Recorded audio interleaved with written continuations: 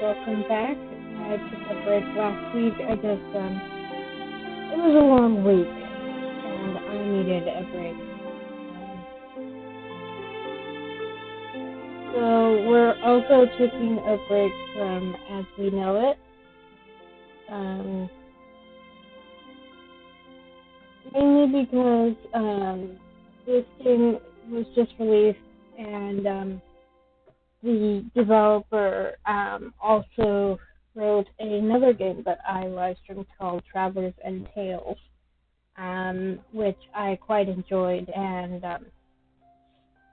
so I have high hopes for this game as well, which is called the Seaside Inn. Of course, I haven't loaded the info page on it. As far as I know, the games are only available on it. I think if they were to release them on stream, they'd have to be you'd have to pay for them. But this one you can set your own price basically.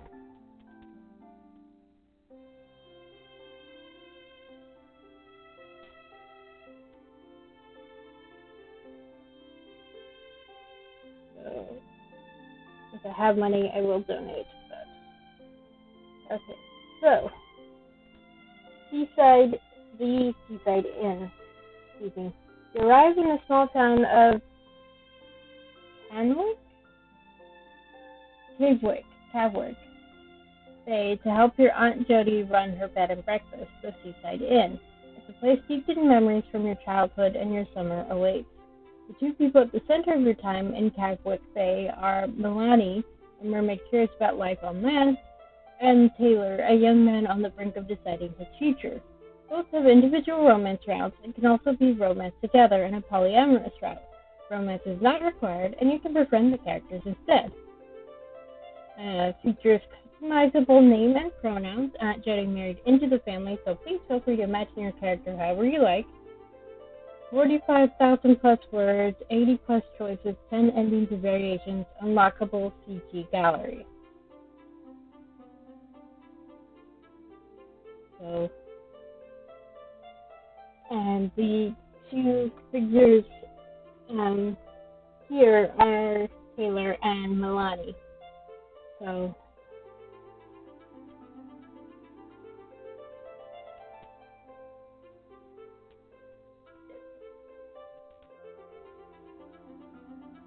okay, so let's get started. First question, what is your name? I always stumble over this. I have to pick a name.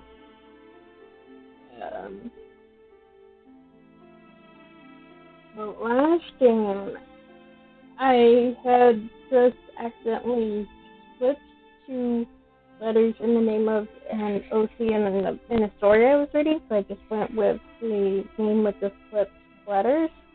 But that's very similar to Melani's blank name, so I kind of don't want to do that.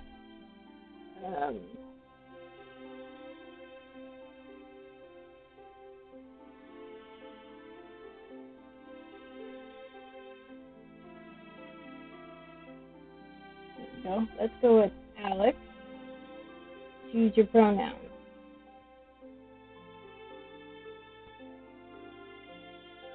Oh, you can't even read the. Whoops. Can't even read the pronouns until you highlight them. They, them. I watch pine trees roll by the window. The driver in front of my rideshare has been quiet, with only the faint sound of music they're playing. So, right off the bat, this is very different from their first game, which was basically like you are actually in a D&D game. That one, there were 3 romance options, but no poly routes. So this one, there's 2 romance options plus a poly route. So there's 3 romance paths you can pick, as well as no romance at all.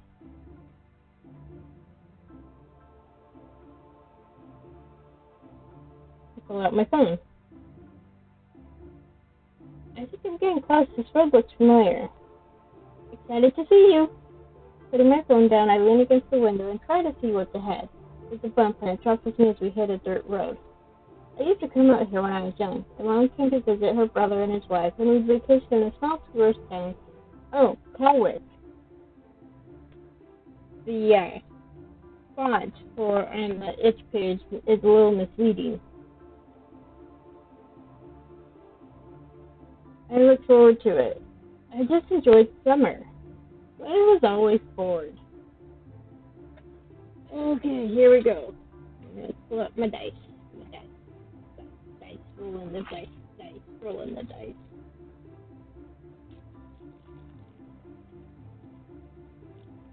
Okay, so I got a D6 here. 1, 2, 3, 4, 5, 6. 4. I look forward to it. I love coming here, staying by the ocean and watching the sunsets from the boardwalk. Oh yeah. Okay, so if we're watching the sunset, I'm assuming this is on the west coast. We would get ice cream and make sandcastles. It was a 9-year-old's dream.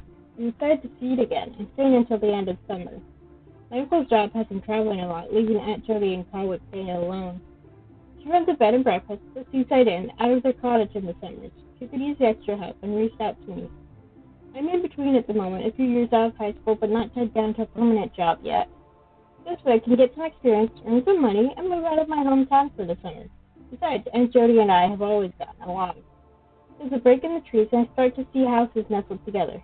Most of them are cottages people own or rent for the summer. It gives them easy access to a beach and escape from city life. Staring out the window, I reminisce on my trips here. It feels so long ago, it's like I'm staring at an old, faded photograph. The driver makes a turn, and like I'm watching my memories play out, I see my aunt and uncle's cottage. Like most places here, the paint is starting to fade, and it's an older build. It's nice. It's quaint. It's ugly. Okay, here we go. 1, 2, 3, 4, 5, 6. 4 again. It's nice. Just as I remember, and it definitely has a trunk to attract visitors. The driver unlocks the door and I grab my bags from the trunk. Pack the essentials. I packed for the full vacation. I packed lightly. 1, 2, 3, 4, 5, 6. This would be easier if the text was a little darker when you're not highlighting it. 5 this time. Finally didn't get 4. I packed for the full vacation. Struggled to pull up my several suitcases, awkwardly trying to drag them all at once. Whoops. I'll be living here for over a month. I have plenty of clothes and things to do. It's pretty much anything I could think of. Once I have everything, the driver rolls down the window, giving me a wave. Don't forget to rate me 5 stars. Flash a thumbs up and start with the app as they take off. Yeah, pretty much. Even if they're, as long as they didn't do a horrible job, rate people 5 stars or something like that.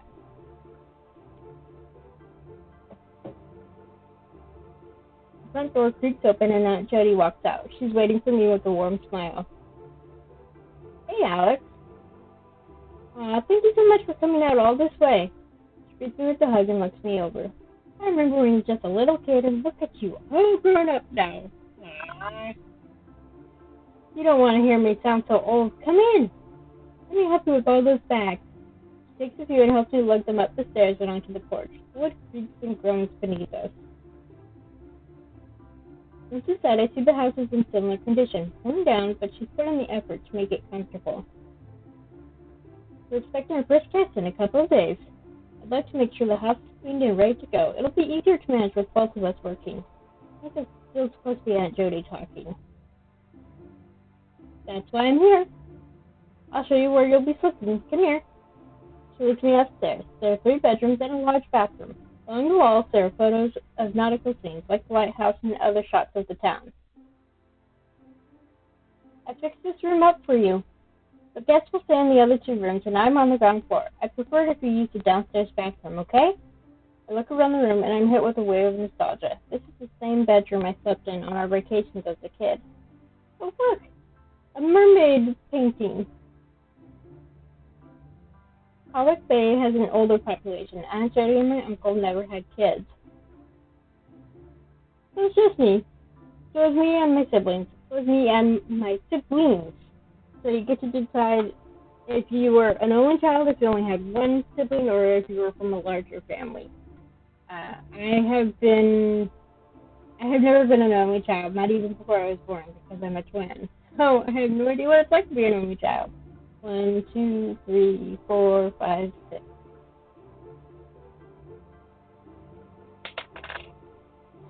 We're going with a big family here. But there were still plenty of kids in the house and other kids we met in town. I set myself down and sit on the bed. The open window lets in the fresh air and I took a deep breath. The air doesn't smell like this back home, not when we're so far from the city and so close to the ocean. I've only been to the beach a handful of times. I mean, I live close enough that I could drive there, but it's a bit of a drive, and my parents were not the type to do that very often. We couldn't afford the gas. I'll let you go get unpacked and we'll go over the game plan. Thank you for the room. Oh, thank you. I unpack and try to make the space my own. There's a painting on the wall that catches my attention. A mermaid sitting on a rock and staring out at the ocean. Groups of mermaids often swim by the shoreline. I remember one late summer evening sitting at the end of the pier. They swam by, tails glimmering in the sunset. So, right off the bat, we're told that mermaids are real here. Okay. I was enthralled and went back each night to see them again. So I'd moved on by then, however. Back downstairs, Aunt Jody is set up at the kitchen table with her laptop. Been a while, huh? Have a seat. What have you been up to? Give her an overview of what I've been doing, the part-time jobs I've done, and how the rest of my family is. Do you have anyone special back home? I laugh and shake my head. No one right now. I was in a relationship not that long ago. It's been a long time. Or never. Okay, so we are absolutely not going to go no romance. We're going to go romance here.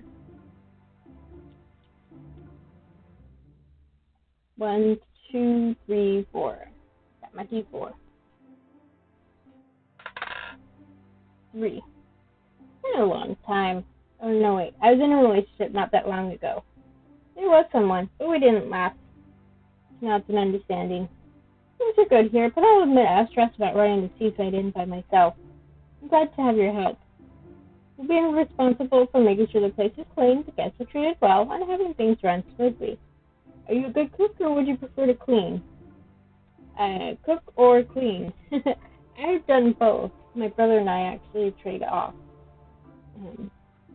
Well, even when all of my siblings were home, when we were all doing chores, we would take turns. It just seems fairer that way. Okay, so 1, 2, 3, 4. 2. Clean. I'd like to focus on cleaning the rooms and keeping the place tidy. Could always use help there. Taps away on your laptop. Oh, are you any good with computers? I need to update my website, but I'm useless at technology. I'm a computer whiz. I'm sure I could figure something out. 1, 2, 3, 4. 2. I'm sure I could figure something out. I can look up how to do it and set it up for you. Oh, thanks. I appreciate it. Pulls the laptop screen down to look at me. I forgot to mention there's a music festival coming up that Cauwick Bay is hosting. And the oceanfront music fest, people coming from out of province and maybe even out of the country to visit. Okay, so province suggests this is Canada. Or, yeah, Canada. Because if this were the United States, she would say out of state. She wouldn't say out of province.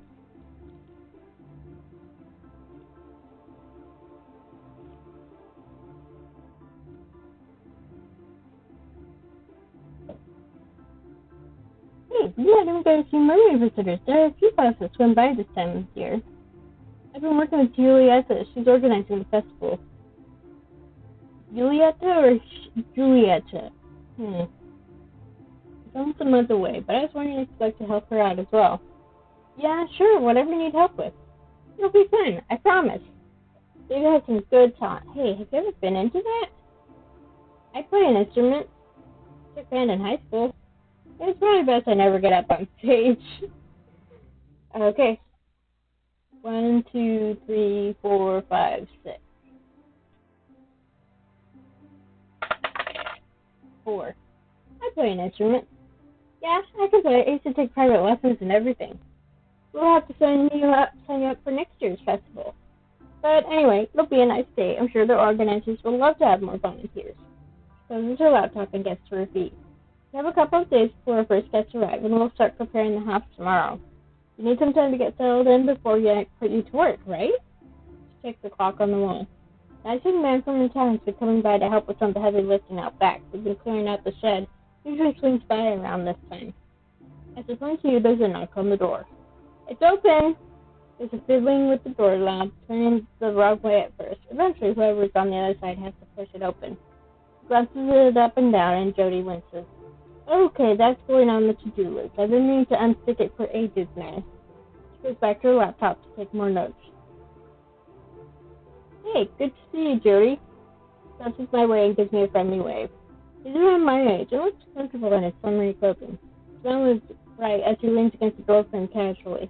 This is Taylor. He's been helping me in his spare time. Taylor, do you remember Alex? They came here when they were little with their family. They're my niblings.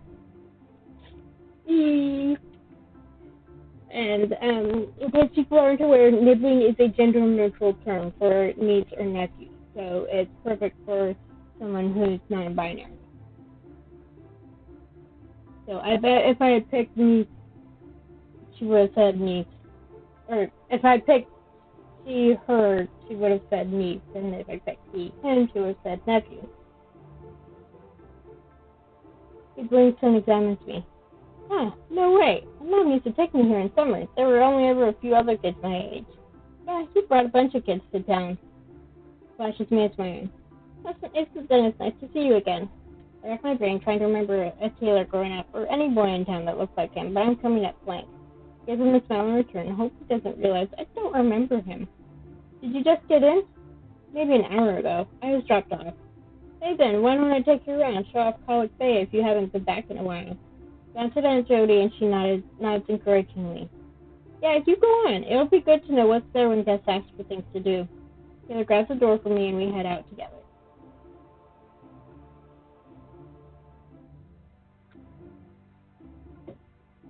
He walks to town and he falls and steps beside me.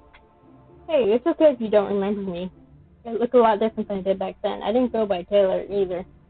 After we decide, some memory finally appears of hanging out with the other kids in town. Oh, gotcha.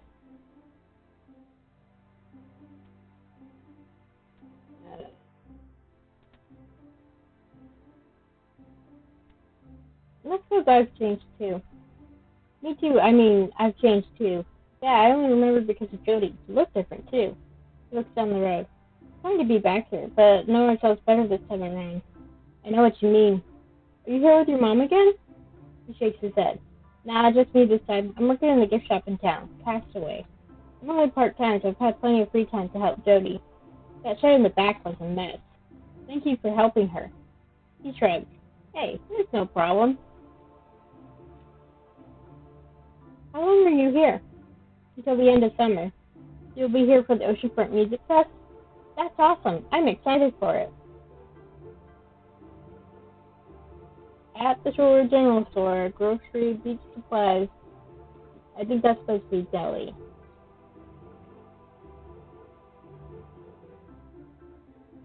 Bluebird Diner, breakfast special. The recently street in town, brightly colored shops in a row. Music festival is the biggest change. It will take place in the park since they built a stage a few years ago. Castaway is just over there. They also sell jewelry and beads. Oh, the lighthouse is closed, but people still take photos and stuff. Puts his hands on his hips, looking around.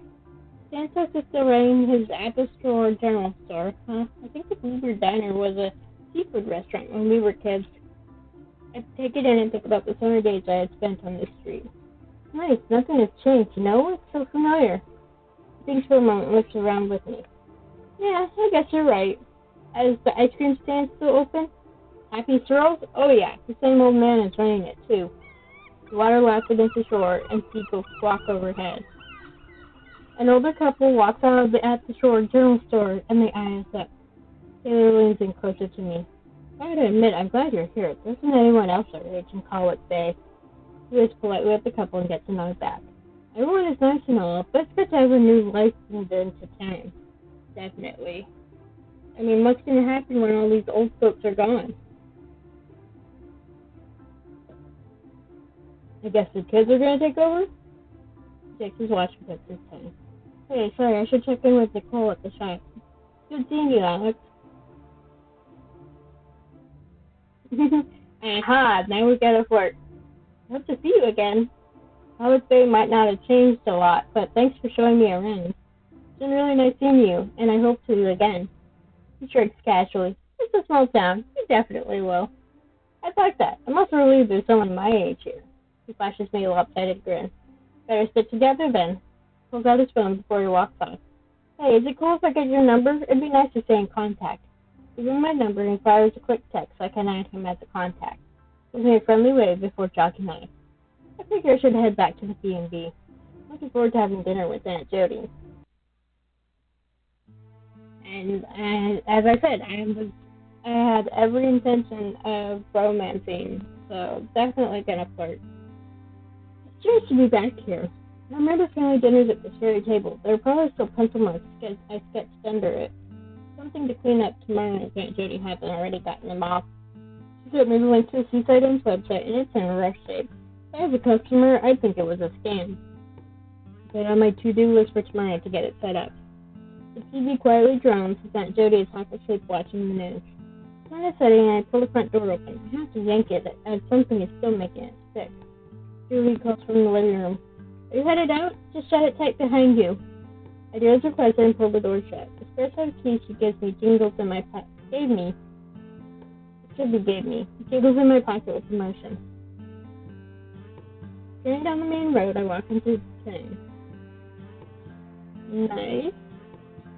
You're going to have atmospheric lighting. There's a flash of headlights and the sound of a car engine. I walk along the side of the road where grass breaks through as the one car passes and pulls into the driveway. It cools down at night here, and I'm glad I brought my jacket. Oh, that'd be nice. It's been super hot where I live. So I live in California, and I think it's supposed to get close to 100 today.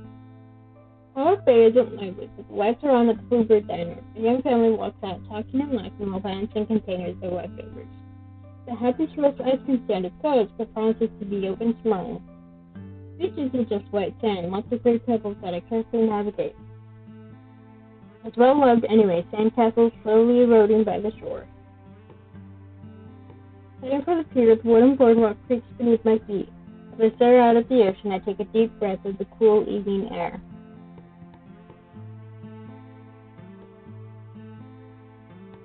And dangle my feet in the water. I take my shoes off and dip my feet in the water as I sit at the edge of the dock. The water is cold, but it feels nice. The sunset is reflected in the ocean waves, and I pull my jacket tight around me. Okay, so this is a West Coast beach if the sun is setting in the water. A few girls circle overhead before heading into town. This day has been steeped in memories, and here I am in my clearest one, staring at the ocean at sundown. It's nice. Nice to visit again and remember everything. It's like walking through a scrapbook of faded pictures. I just remember each moment and story. No particular memory that comes to mind now. Watching the pod of mermaids swim by, backlit by the setting sun. Remember one leaping out of the water, a flash of their fins before diving back down. The water inside me begins to ripple like there's something beneath the surface. I lean forward to get a closer look. Hi, do you live here? I stare at the sudden appearance of someone beside me, water splashing everywhere as I pull my legs up. I scramble back onto the boardwalk and once as I hit my elbow on the dock. Ow. Oh, that hurts. That's the funny bone. Oof, that can hurt. Whoa, are you okay? I nod and rub my elbow. The pain doesn't last, and I'm distracted by what I see in front of me. The long dark hair spills down her shoulders as she gives me a bright smile. The most notable thing is the brilliant tail that's draped over the dock. She flaps her fin into the water, splashing it. It is my childhood memory of seeing mermaids has manifested her into existence. Here's one right in front of me. Must have startled you. Sorry about that. I was just excited to see someone. I wanted to ask about this town. I've seen it before. We swim by this area every year. I've never stopped. I wanted to check it out. The words come out in a rush. I need a moment to process everything. We? Are you with others? She nods. My family and the rest of my pod. We swim near shorelines. I'm Melani, by the way. She offers me a hand and I take it. It's awkward with the webbing between our fingers, but she's enthusiastic all the same. Alex. Hi. Alex. I really like that name. She lets my hand go and rests both of hers on the dock. She looks at Cauwick Bay. When I was little, I saw a group of mermaids swim by roughly this time of year. Could that have been you? She tips her head to the side, one eye closed as she thinks. Yeah, it checks out. Did you grow up here? My family would come to visit. We have relatives here. Oh, me too. Really? She laughs and pushes the hair out of her face. Well, maybe not here. I guess it's not impossible. I just meant my family has always loved human towns and mingling. We usually were much further south from here where it's warmer. She shivers exaggeratedly and gestures in a vague southwestern direction. The gills on her neck open and close rhythmically, her tail splashing in the water. Is that why you're here? Yeah, I was thinking about a new direction. I wanted to spend some time in a human town. Oh, okay, nice. It's awesome. It's okay. It's boring. Okay, I'm going to not include the it's boring one. I'm just going to do one of these. So 1, 2, 3, 4. 4. Yeah, it's okay. It's alright. It's a little small. I can't vouch for the diner yet, but the ice cream stand is pretty good. You've been to a lot of places like this? I'd say so. Some on this coast, but a few where the towns are built into the water itself. We spent a lot of time there. I wanted to check it out all on my own, though. She tilts her head and looks at me curiously. Are you here visiting with your family again? No, actually I'm working. I'm staying with my aunt. She runs a bed and breakfast, the Seaside Inn. I'm helping her run it, and she wrote me into volunteering with an upcoming music festival. I mean, you could have said no.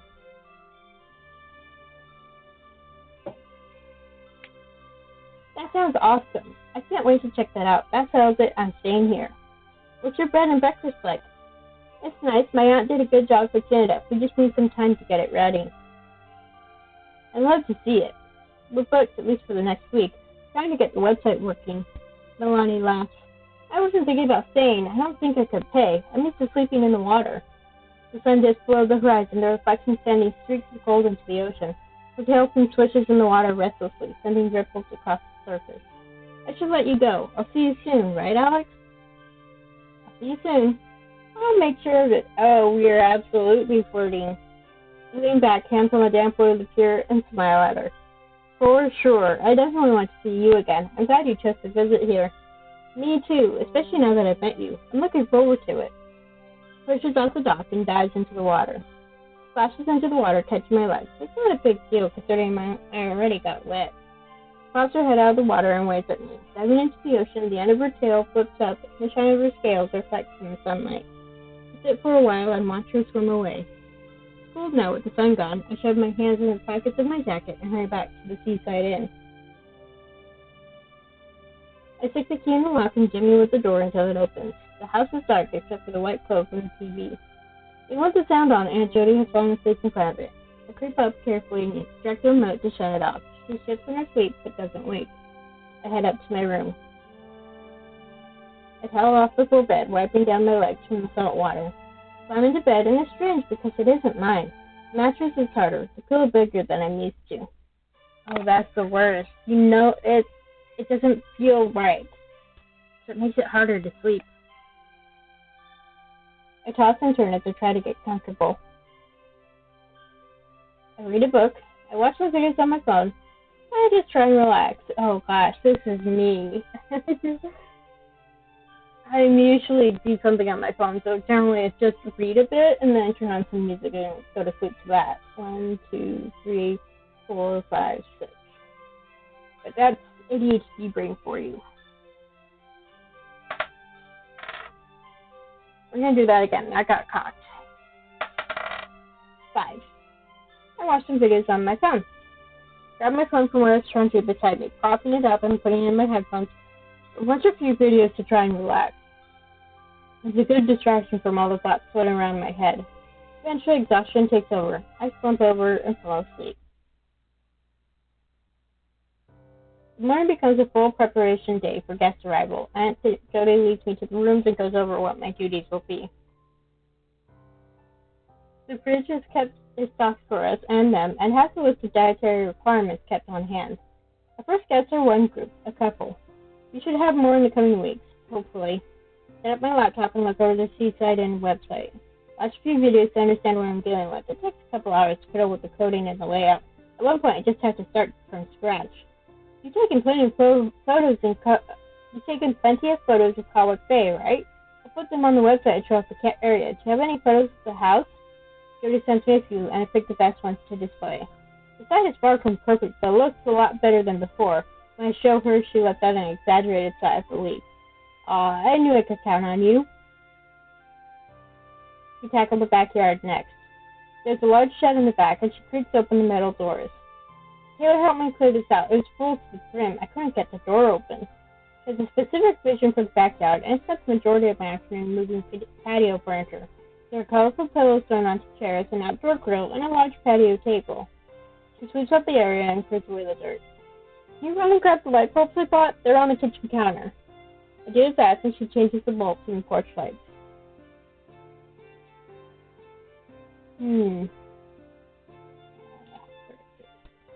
There it is. Couldn't find my D4. 1, 2, 3, 4. We should get a string light. We should get a swinging chair. 4. We should get a swinging chair. After my suggestion of a swinging chair, she beamed. That will look great out here. I'll put it in order. Backyard is set up and stand back to look at our handiwork. This will do for now. We've got to tackle that damn front door. I research solutions to fix it as we look it over together. Are the screws tightened? Wielding a screwdriver, she works on the strike plate and the hinges. They're not budging. I don't think that's the problem. It looks warped. Down in the front door stop, we notice that what's preventing the door from closing. That's what's preventing the door from closing. From the shed, we grab the pry bar and hammer and nails. I provide moral support as I hold the door steady. Jody pries up the door stop and nails it back into place. Moment of truth, Alex. Closing the door and opening it. It doesn't stick. She presses a hand on her forehead like she's about to faint. Thank God, I think we've earned a break. Yeah, that sounds about right. Sometimes it's not the door itself that's the problem, it's the frame around it.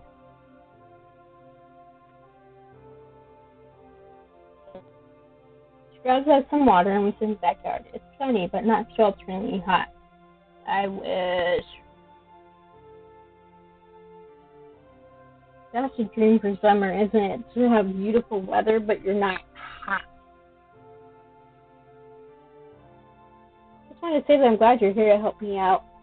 I know how much you loved Cauwick Bay growing up. I thought this would be a great opportunity. I hope you enjoy your summer, too. I promise you'll have free time. I won't keep you here all hours of the day. I nod and take a sip of my water. Thanks for inviting me. I'm glad to help out. Giving me a friendly smile, we sit back in our chairs and enjoy the afternoon sun. Our guests check in the next day at just past 4. We're ready for them. As the car pulls up, we head outside. 2 older guys get out, and Aunt Jody greets them and helps them with their bags. They hold the door and give them a winning smile as they climb the porch.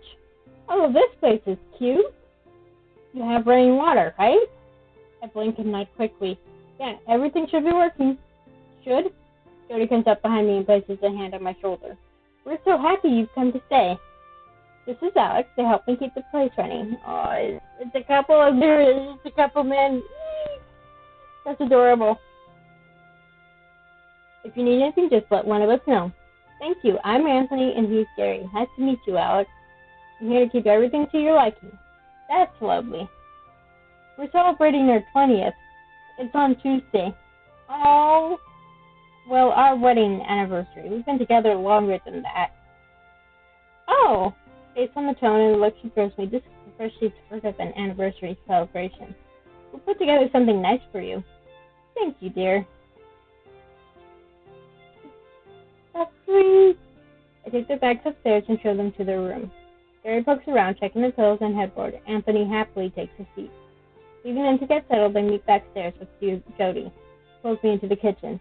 I never mentioned anniversary before this. Shouldn't I have said ahead of time? I'll add a section to the website for special requests. She points at me.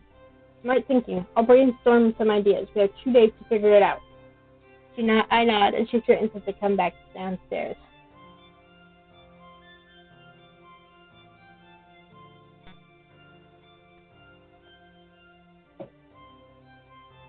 It was a long car ride, and we should stretch our legs. Any good places to walk around here?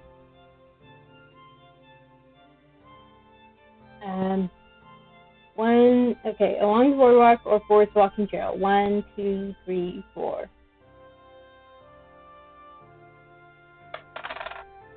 4. Forest Walking Trail. There's a walking trail about a 20-minute drive from here. It's through the forest. You'll need bug spray. Seems like a lot of hassle. Seems wonderful. We'll have to check it out. They glance at each other. We'll think about it. We want to explore the area and get some ocean views. Any good places for dinner? There's Bluebird Diner along the waterfront. Perfect. They head back upstairs, talking animatedly to each other. You head up and take a break. I'll need your help before bed. Is there anything else? If there is, I'll call you. Give her a thumbs up and head up to my room. Taking some space to breathe, I relax on my bed. The muffled voices of the guests come from the room across the hall. Brings me back to staying here growing up. Sounds of people moving around the house. Looking back on those memories. I stay in my room a lot. I was always outdoors. 1, 2, 3, 4. 4. Do you have any other numbers you can pick? I was always outdoors. I was never in the house except for meals and bedtime. I spent my days playing on the beach or in the forest. I go through my bag to find what I brought to keep me entertained. Reading, watching a show, listening to music, sketchbooks, journaling. 1, 2, 3, 4, 5. So I'm going to roll a d6, and if I roll a 6, then I roll again.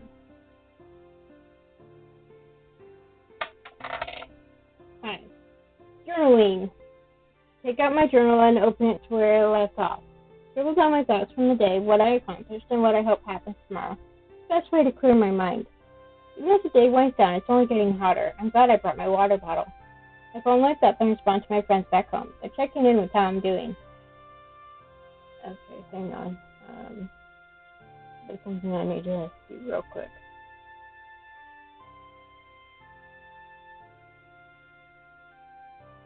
Okay. That's it for now. After a couple of hours, there's a knock on my door. And Jody is in the hallway. I was just there. I could use your help now. They called a rideshare and are tackling the walking trail as suggested. And they're eating out tonight. It'll be late when they get back. I need your help cleaning the kitchen and setting the table for tomorrow morning. Breakfast is at 7. That's so early. Yep, can do.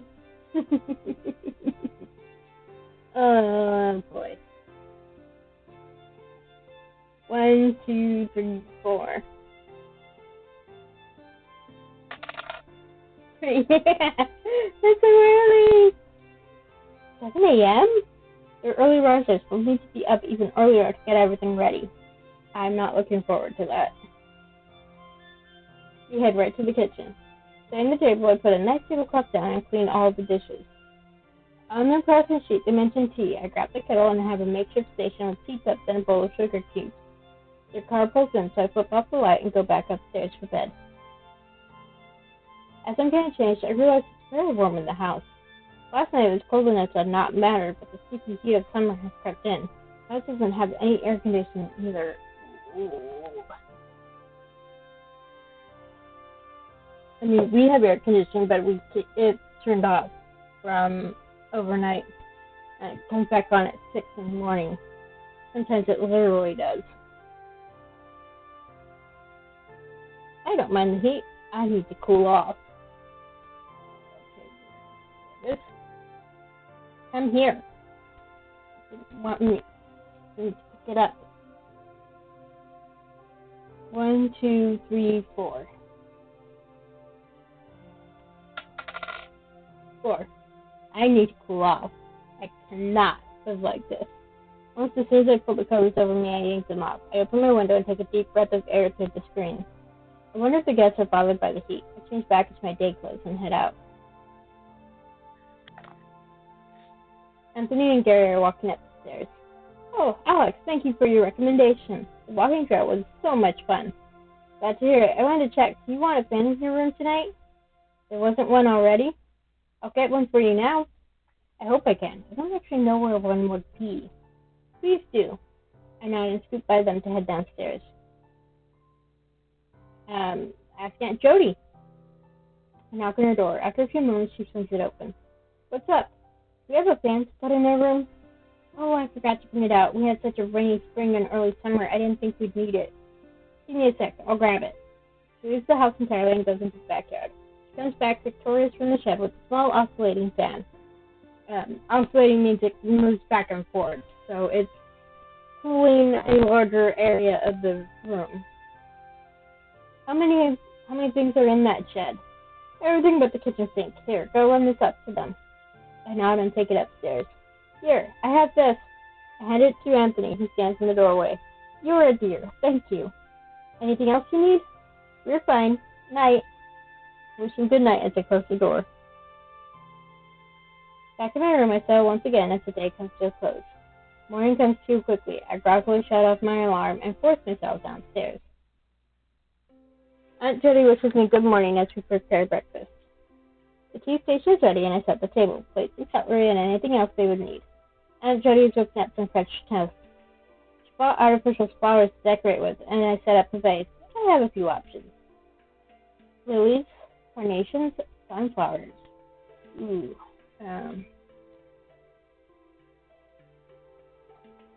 I think there's different meanings.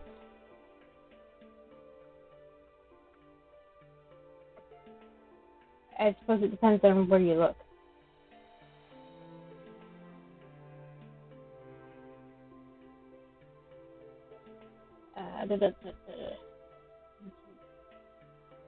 Okay.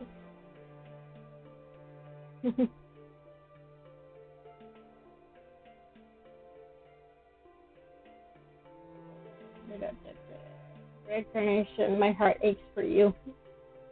White lily, my love is pure.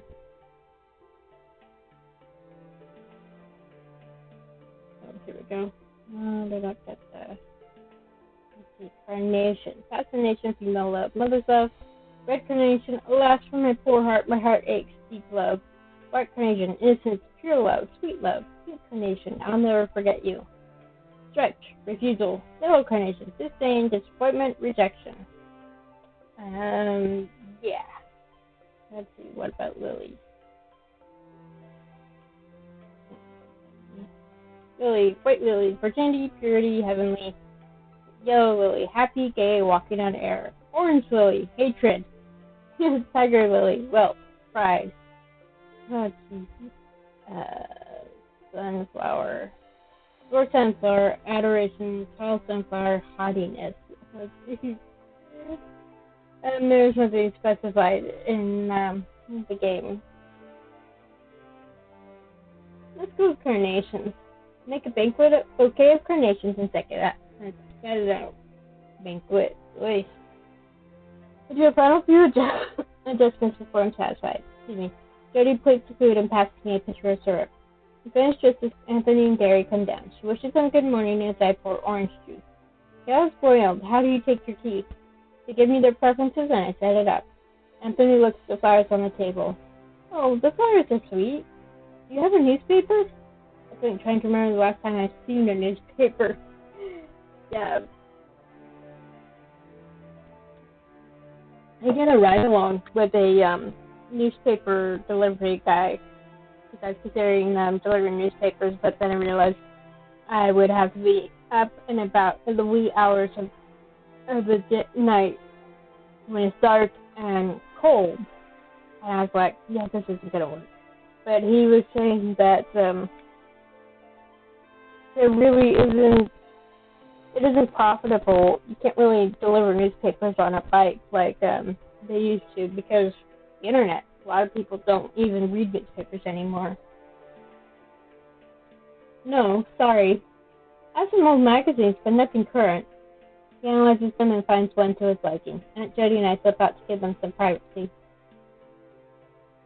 With the first check-in and breakfast done, I let out a long breath. As for house going so far, it's exciting. It's boring.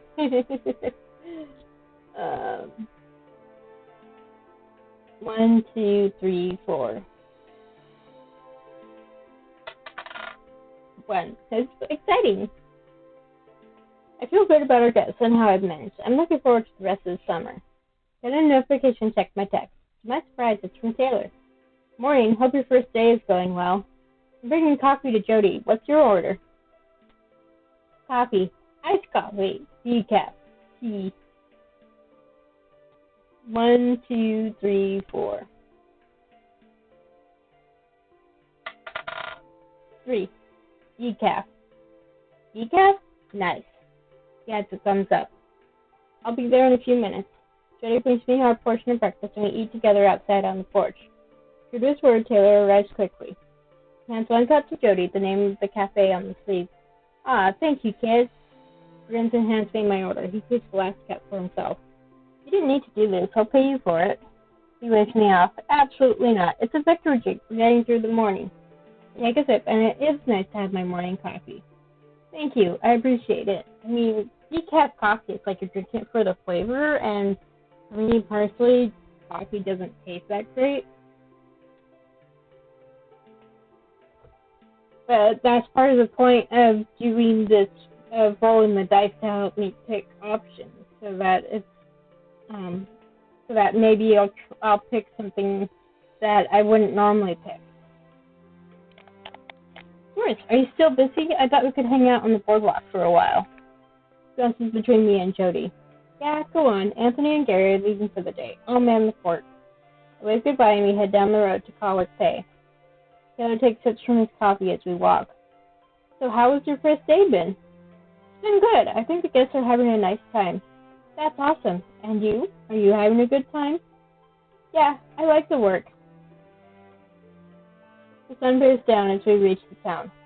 The ocean laps along the shoreline as kids play by the water. We wait on the sidewalk as a car crosses in front of us. In the driver's seat is an old lady who barely peeks over the wheel. That would be me. I'm short, so seeing over the wheel is not easy. My first car that wasn't just one my parents had was actually my grandfather's, and I had to have a cushion in the seat so I could sit high enough to actually see through the windshield. I met a mermaid the other night. She glances over, eyes bright. For real? I see them swim by each summer. I didn't know they were here already. She said she wanted to check out Cauwick Bay, and Taylor had seen a young woman walking down the sidewalk. That wouldn't be remarkable, except the last time I saw her, she had a tail instead of legs. Melani catches my eye and waves cheerfully. Hi, nice to see you again. Yeah, I want to look something up.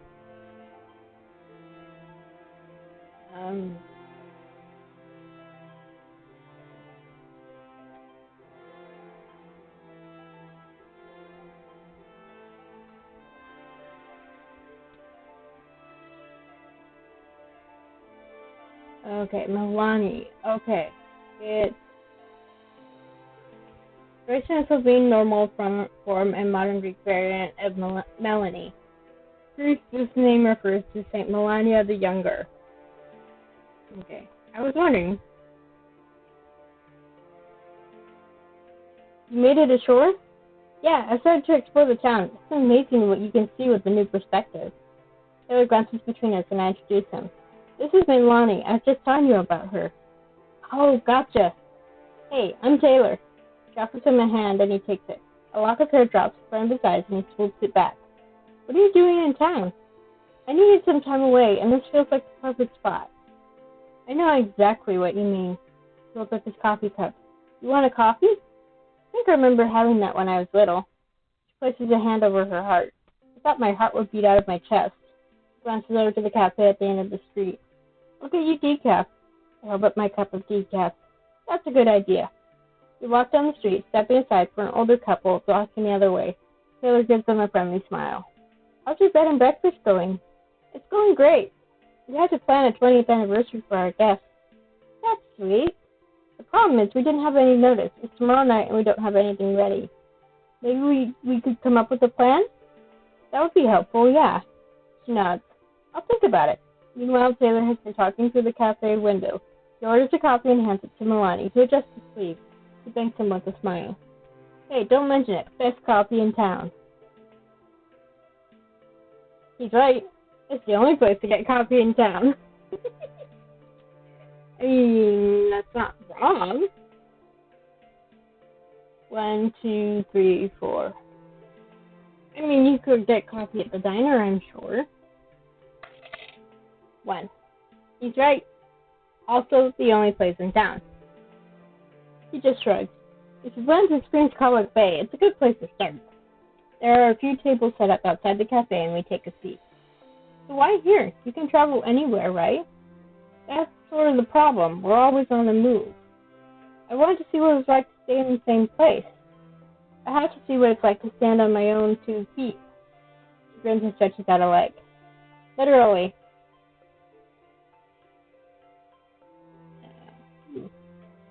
One, 2, 3. Same here. I traveled on my own before. 1, 2, 3, 4. 2. I've traveled on my own before. I've been on my own before. I remember what it's like. It's a good experience to have.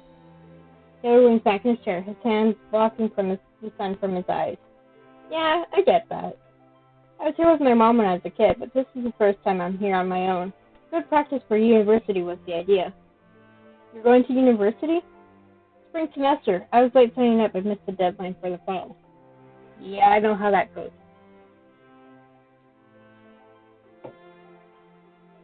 Environmental sciences. I'm planning to live near campus in the city. Looks over at Melani. Actually, I almost took oceanography. If I had done that, we'd need to stay in touch. I could use your expertise. I could take you down and show you everything. He laughs around the back of his neck, looking nervous. Maybe in a submarine. That'd be cool. There's a beautiful coral reef. It's nothing like you've seen before. There's so much color and life. She glances wistfully at the ocean. It's funny, huh? I could experience these amazing things in the ocean, and all I want to do is explore the land. I'm looking for something new.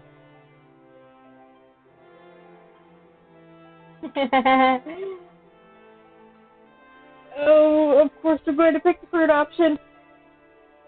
There are amazing things to land, too. I'd love to explore the ocean with you. Flirt. It must be a totally different world underwater. I can't even imagine. Oh, the things I could show you. Maybe I'll take you someday. She looks at me with a curious smile. Maybe I'd like that. I think it would suit you. Being underwater? Changes the way you see people. You look good. Not that you look bad up here, but how would I breathe? She laughs like it's an inside joke she has with herself. There's a way. You should try it sometime. These are close to the air and the tune is familiar. Past the boardwalk and as the ice cream stand, a happy swirls has opened up. It's an ancient boombox playing beside the man running it. I remember getting ice cream from him when I was little. Taylor follows my gaze, gets up from his seat. Let's get some ice cream. Melani, you want some? Donald greets us with a friendly smile. It's been more than a decade, but it looks a lot like my hazy memories of then. Good time, Lord. Hey, what can I get for you?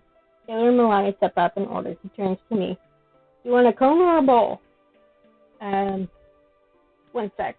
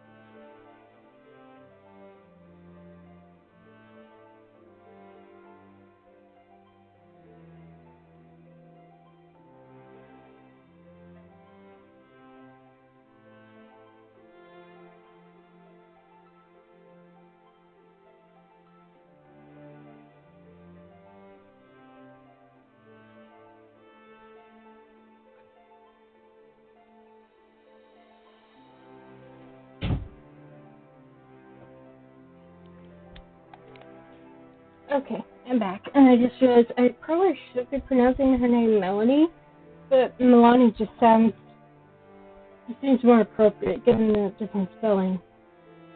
Okay, cone or bowl? 1, 2, 3, 4.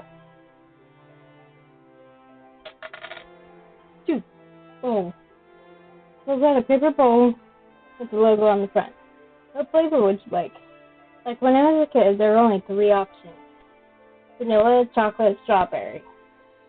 Okay, I know what I would pick, but that's the whole point of having the dice and rolling those. 1, 2, 3, 4, 5, 6.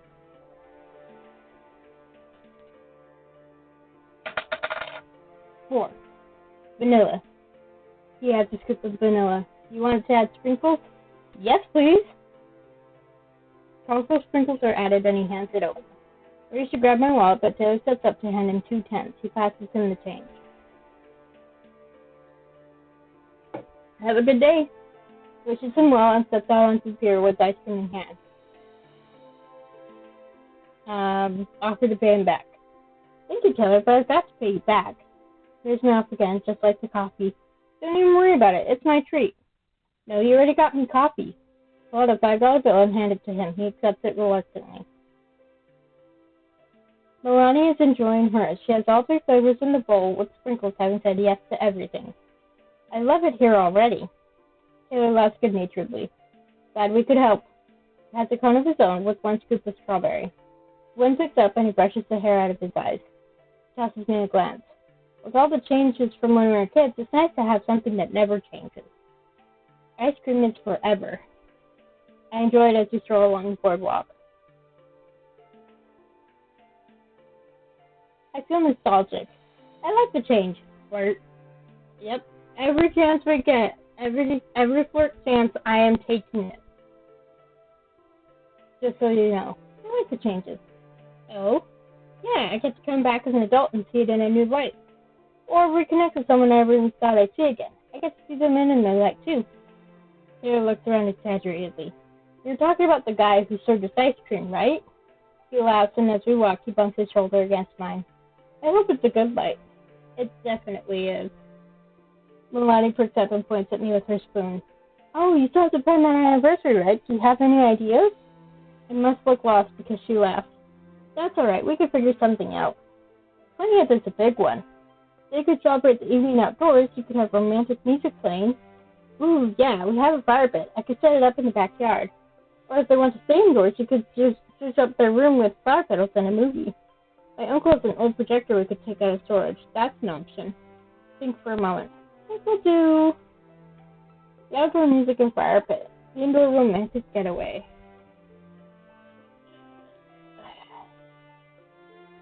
1, 2, 3, 4. 1. The outdoor music and fire pit. It's so nice at night. I can make something special. Thanks for the idea, Melani. Of course. At least I have a plan now. Finish up my ice cream ideas in mind. I should check back at the Seaside Inn. This was nice. Thank you. Let's do it again. Really? Yeah, if you'd like. I'd love that. I've got to get back to Castaway. Do you want to come with, Melani? She nods and the 2 of them wave goodbye. I head back up the street into the Seaside Inn. I wonder if they get together. That night and morning run the same. Anthony and Gary come back late and we're up early to serve breakfast. Happy anniversary! We're so glad you decided to visit here. We have something special planned tonight. I can talk, really. Oh, you're lovely. Thank you, dear. We're renting a boat for the afternoon and we'll be back in the evening. When you come by after dinner, we have a surprise planned. That sounds wonderful. We'll see you then. After they leave, we go over the plan for tonight. I remember my 20th anniversary. It wasn't this nice. What did you do? I bought your uncle tickets to his favorite hockey team. We flew out of the country to watch. Good game, even if they lost. Aw, that's kind of annoying, but it's still sweet. Yeah, my parents, I don't think my mom really cares about sports in general, but my dad is a big Dodgers fan. And they had season tickets to the Dodgers when my mom was pregnant with me and my twin. They keep saying that we've been to plenty of baseball games, and we're like, being in the womb is not the same as actually going to the game. You didn't get something romantic put on the Jumbotron? No, someone else proposed and had it booked. Aww. She shakes her head with a laugh. Anniversaries aren't our thing. It's just nice to be together. We go over what we need to do to get ready for tonight. We clean up the backyard. There's an outdoor love seat that I set up with a pillow and blanket. Aunt Jody works on the fire pit and grabs wood from the shed. She checks to make sure everything is safe when we do a trial run with the light flame. I clean up the ash afterwards. I take out a speaker and connect it to my phone. There's a playlist of songs that fit their age and have the romantic vibe of an anniversary night. As the sun begins to set, Jody puts a bottle of champagne and a bowl of ice on the patio table. I do another cleaning sweep. We're ready for them. Anthony and Gary come back in good spirits. Anthony rhapsodizes about their boat trip while Gary holds onto his arm serenely. We lead them outdoors. The fire pit is crackling and it sends a wave of heat as we reach the patio. Oh, how sweet! They cuddle up on the love seat and Gary pulls the blanket over their laps. I start the music and hear them laugh as they hear the old song. And Jody checks if they need anything and we head inside to give them privacy. You did well setting this up. Your help and Melani, she's this girl I met.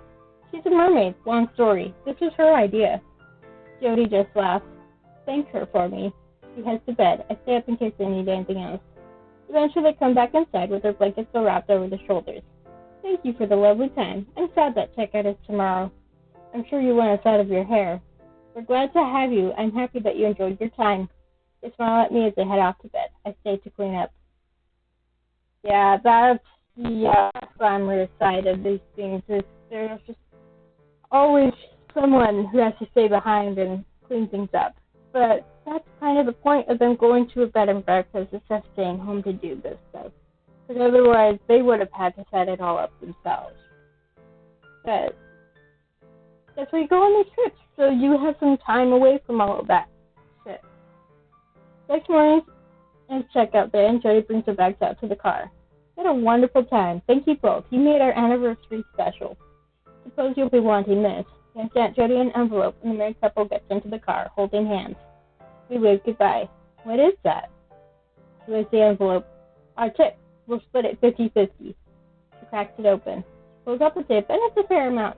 She counts it and splits it with me. I godly pocket it. She flashes me a smile. All right, first dish down. We need to turn over the house to get it ready for our next one. We start cleaning the house. I wash the dishes and sheets. It takes the better part of the morning and afternoon until Jody is satisfied. I'm putting the new sheets on the bed. Jody is cleaning the ensuite bathroom and calls over to me. I'm going out of town tonight. I need to grab some supplies. I want to spruce up the place with some amenities. Do you have any ideas for what we can offer? Local fruits, local wines. 1, 2, 3, 4. 2. Local wines it is, then. We can just guess local wine. We'll have notes on where we got it and how they can get more if they like it. She nods approvingly. I'll add it to the list. After we're finished cleaning, she grabs her car keys. She has a crumpled piece of paper that she scribbles on and reads over. Oh, before I forget, there's a package being delivered tonight. Just make sure you're home around 7 to receive it, okay? Is there anything else you need? Could you go through the fridge and pantry and see what we're running low on? You can pick up groceries from the general store in town. Got it. I'll be back soon. Don't burn the house down. She waves goodbye and heads to the back lane. The car's lights flash in the window as she peels away. Facial out of dishes when I hear my phone ding. Hi! Is this Alex? A little freaked out about them knowing my name, I stare at the keyboard. I'm not sure how to respond. It's Melani, by the way. I sigh in relief. Yeah, it's me. Oh, good. Taylor gave me your number and his old phone. There's my eyebrows. It was really nice of him to hand over an old phone. That shit is expensive, and when I get a new phone, I usually trade it in.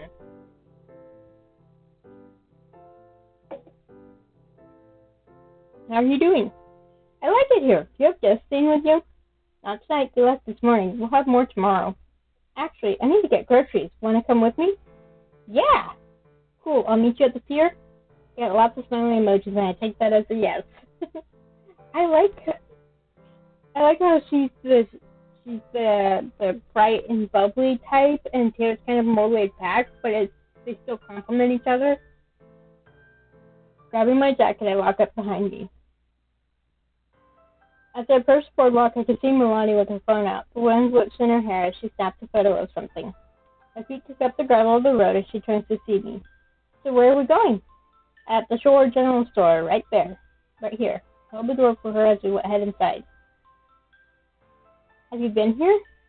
I haven't had a chance yet. There's an old man behind the counter and he gives me a wave. I take one of the provided plastic baskets neatly stacked in the front. Scrolling through my phone, I find the list of things we need to restock. We head to the store and I find out what we need and Melani grabs it. There's a fan blowing in the front and the freezers offer a blast of cold air to beat the heat. Do you mind the hot weather? She laughs. I've been to way hotter places. This doesn't even come close. Ugh, I can't stand it at night. I always need a fan or a window open. Grab a box of pasta and toss it in our basket. As we pass by the produce, the mist turns on.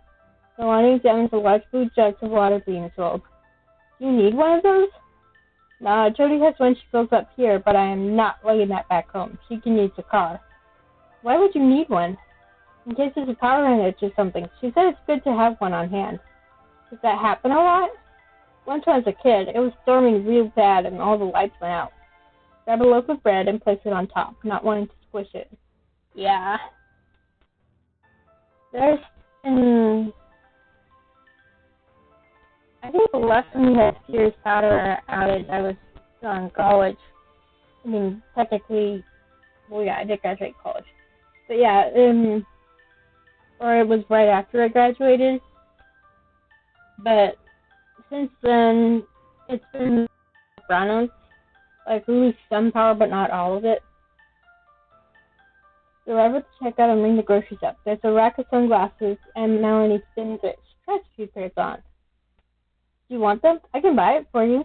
Not you too. Taylor's already got me so many things. I'll need a job just to pay you guys back.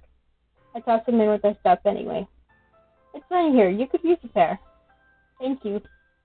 Yeah, my Lynn wears sunglasses when they go out because they get migraines and sometimes bright light can trigger them, or just they don't like bright light. I tap my card. The grocer gives me paper bags to carry. Teetering, balancing all three, Melani grabs the bag before it falls. Have you eaten? She shakes her head. Why don't you come back with me? We have food to make dinner, and I can show you the Seaside Inn. I've been wanting to see it. I'd love to. We take our bags and start walking. As we do, Melani glances over at me. Did you ever want to live here permanently? Well, most of the people here are just here for the summer or they're retired, but I could live here. I couldn't live here. Hey, come here. That's the problem with the D4 is it's kind of small and pyramid shaped, so it's hard to grab sometimes. 1, 2, 3, 4. 4. I couldn't live here. I don't think so. It's too small. The Seaside Inn doesn't run all year, so I don't know what I'd even do. Are you thinking of moving here? A few more people I know went ashore to live new lives. Sometimes they found human partners. Others just fell in love with the world. So it's up to watch a few birds chirping in the trees. I can see why. And would you stay here? She tilts her head. I want to travel and see everything. Then I could settle, somewhere quiet and by the ocean. We reached the B&B and I let us in. I have to keep an eye out for a package being delivered later. She nods and takes in the place. Oh, this is cute. Pop open the window and let in a breeze. Melani examines the photographs on the wall. These are amazing. She looks at the black and white photo of the lighthouse.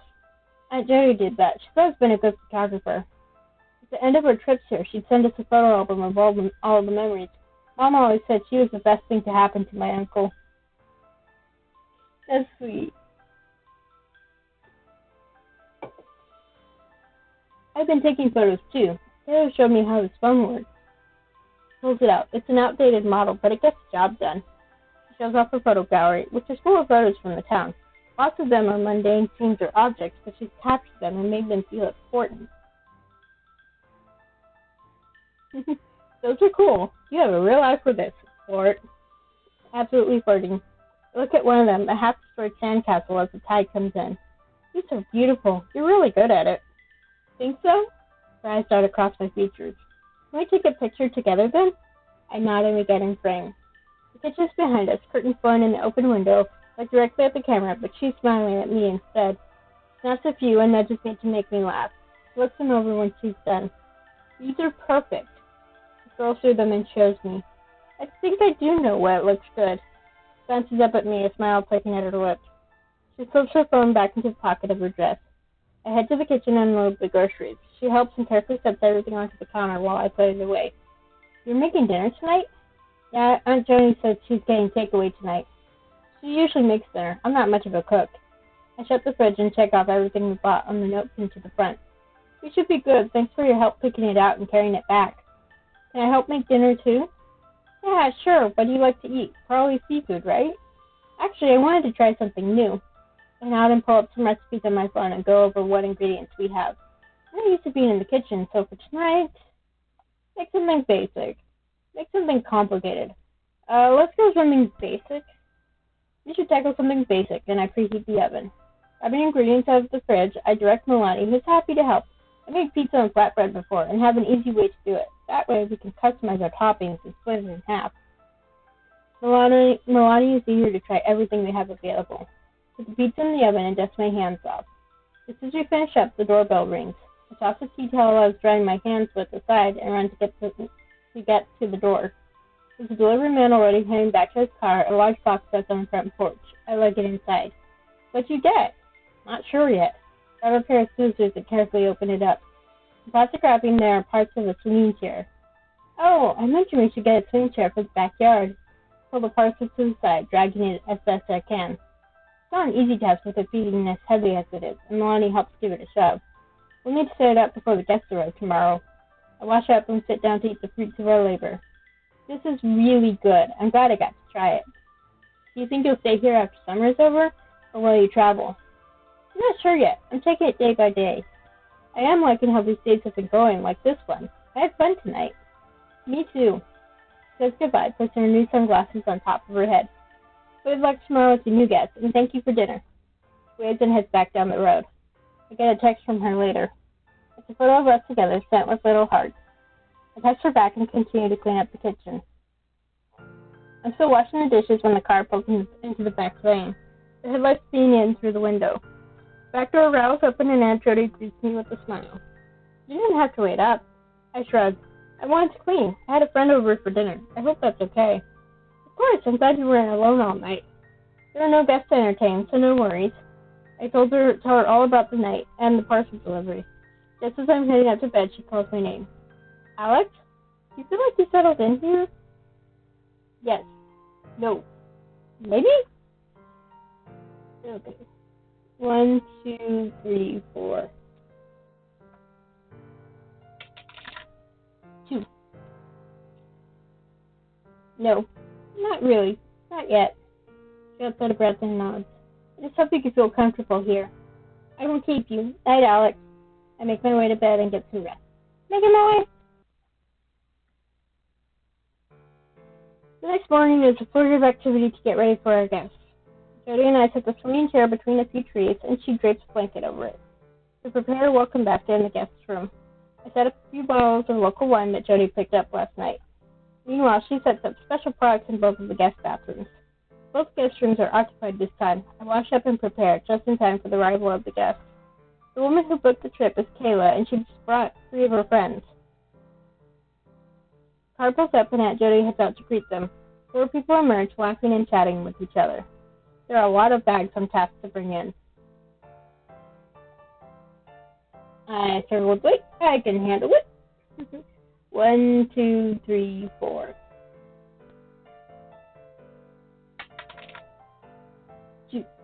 I can handle it. But it doesn't break my stride, and I pull everything inside. This place is so cute. One of the girls sits up to talk to Aunt Jody. There are 2 other girls and 1 guy. Jody hands out pamphlets she whipped up detailing features of the Seaside Inn in Cauwick Bay. Grabbing their bags, they head upstairs and decide who's taking which room. They sweep by in a whirlwind and don't spare me a second glance as I lug their bags up the stairs. It doesn't bother me. I'm annoyed. 1, 2, 3, 4. 4. I'm annoyed. Even a thanks would be nice. I reconvene with Jody in the living room and she wipes imaginary sweat from her brow. There are a few things on their preference sheet. She holds it up. One is vegan and another's vegetarian. I think we have all the products and food we need. I found some recipes to work with. I hand me a copy of the sheet and I look it over. Guests come back downstairs, the voice ringing in the otherwise quiet house. Unpacked and settled in, they seem eager to leave. One is checking the pamphlet and another is on her phone. So what's fun to do around here? It's all in the pamphlet, but I answer anyway.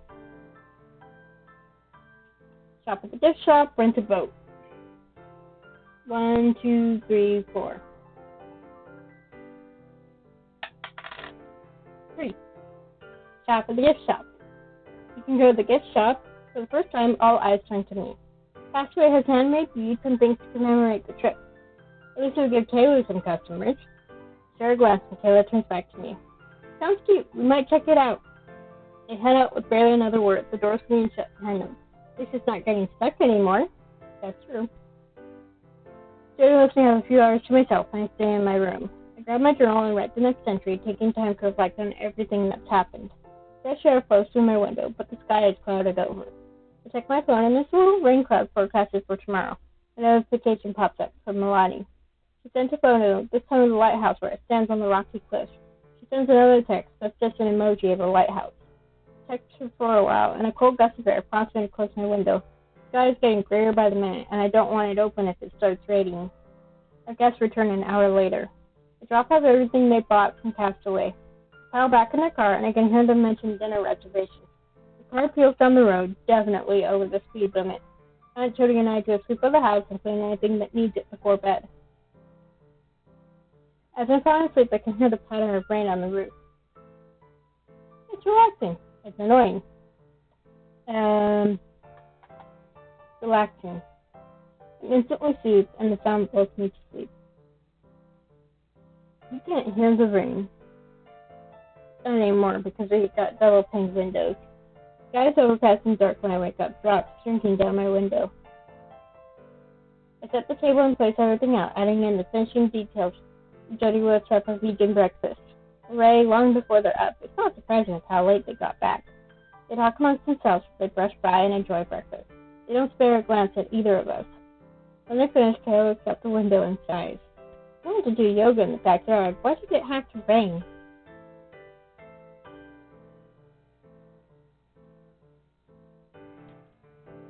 You can go to the beach later. You can do it in the living room. 1, 2, 3, 4. 4. You can do it in the living room. Estimate the amount of space we'll need. You can do it here if we'll move the furniture to give you room. I guess it's better than nothing. And Jody and I shift furniture quickly as I grab their mats and set up. Guest talk, Jody pulls me aside. You can head out if you want. If they're going to be inside, I'll take care of them. They'll be cramped with too many people here. You're taking me out into the rain? She hands me an umbrella. You'll be fine. I'm right proud of y'all.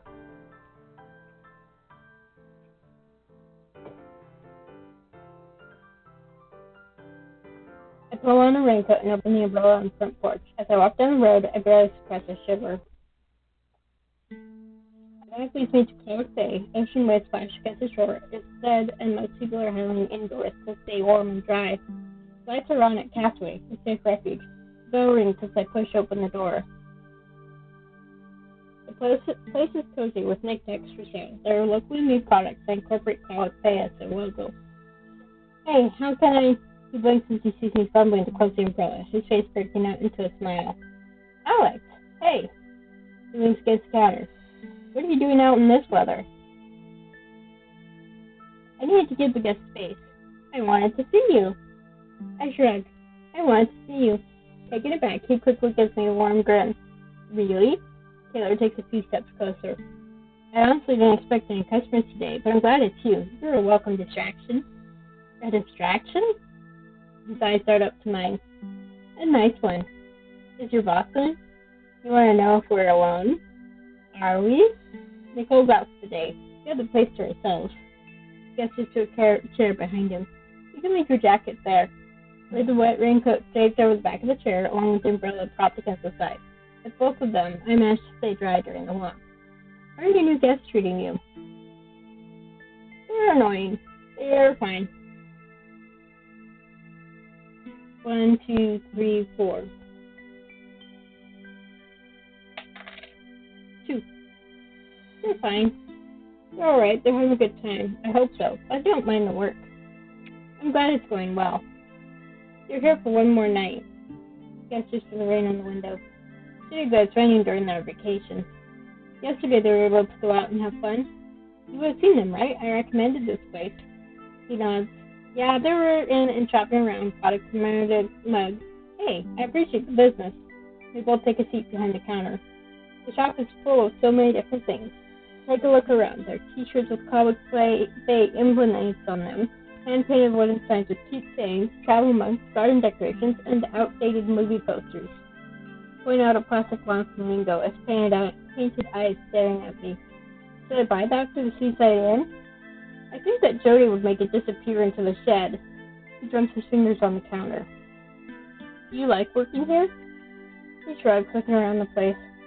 Not bad. It's not like it's hard work. Nicole lets me stay in the room upstairs for real cheap. I'm building up good savings. Boring some days, but it could be way worse. He leans across the counter, resting his chin on his arms. Glossary wasn't here when we were growing up, right? A new addition. I don't know how new, but yeah, it used to be a bougie clothing store. Nicole fixed the place up. She said this was always her retirement plan. There were worse places, but at least she gets to spend all this time by the ocean. He laughed suddenly, brushing his hair back. What? Nothing, just so weird we were both here as kids, and now we're back here all these years later. He was the center of his palm with his thumb. I was really shy as a kid. Mom had to force me to go outside and play with other kids. I was shy too. I was very confident. I usually was getting into trouble. 1, 2, 3, 4, 5, 6. 2. I was very confident. My parents never had that problem with me. I made friends everywhere we went, kids and adults alike. They probably say I was too loud and talkative. I'm sure you made a lot of people happy, though. I was definitely shy around strangers, but around my family I wouldn't shut up. So it was really fun when my parents went to the parent-teacher conferences and the teacher was like, oh, she's so well behaved in class and she doesn't talk, and my parents were like, are you sure we're talking about the same kid here? I'm sure I made a lot of people happy, though. I made myself happy. You'd be surprised how much free food you can get as a charming 9-year-old. Lucky. He leans back in his seat. I had a hard time making friends. I probably would have liked to be friends with you. You'd make it easy with you befriending everything in sight. It's me who would have been the problem. I'm glad I got a second shot now. You're still not scared? You're not still scared? He laughed. Nah, not anymore. Got over a lot of fears as I grew up. Is Cauwick Bay a scary place? He shrugged. When I was little, I probably would say yes, unless everything there was to be scared of. Thinks for a moment, resting his head in his hand. Were you here the year with the crazy storm? Oh, when the power went out? That scared the shit out of me. I was terrified. I was fine. 1, 2, 3, 4. 2. I was fine. I don't remember being scared. My memory is pretty hazy after so many years. The storms never bothered me as a kid. Lucky. Since the rack of bracelets in front of him, the wood beads clacked together. My mom made bracelets like these. Held up his wrist to show his own. She made these. That's cool. This among his wrist. There's a lot of wood carving. She's teaching me how to do it. Really? Can I see? He nods and pulls out his phone. Shows me the photos he took of it. The hummingbird, one that would hang from the ceiling, with scrolling designs carefully carved into it. It's been painted a vibrant red. She did most of the work on this one, that's why it turned out so good. It's really good. I wanted to keep up the hobby, but it's not the same without her. Oh. We video call sometimes and work on it then. That's to have something to do while I'm here. That's sweet.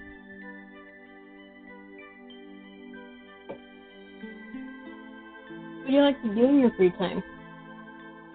I have my journal, and I've been writing in there. Smart, then you can relive the memories from the summer. It's nice to look back on everything. And a good place to vent is for guests being annoying. That, too. It's nice you brought something to keep you occupied. Glances out the window. Rain streaks down as the sky is so gray and gloomy. There's only one person out in the streets wearing a bright raincoat as I come to the general store. Speaking of keeping occupied, you can stay here until the rain stops. I like that. Do I get to help you if a customer comes in? Yeah, why not? Do I get a commission? He laughs and pulls one of the bracelets off the rack. Nah, but pick one of these. I'll buy it for you. I was kidding. He shrugs. I'm not. Go ahead and pick one. You keep buying things for me. I can't take another thing. He doesn't seem concerned. I get a discount. If you want one, I don't mind. Accept. Decline. Well, let's accept. Are you sure? He laughs. I offered, didn't I? I pick one out that I like and he rings it up. Thank you. Thanks for keeping me company. Spend the next hour or so in the gift shop together. No customers come in. Eventually the rain lightens up and I get a text from Jody saying the guests have finally gone out. I'll see you soon? For sure. Shakes my face for a moment, his voice warm. You can come by any time. I'll never complain about getting to spend more time with you, Alex.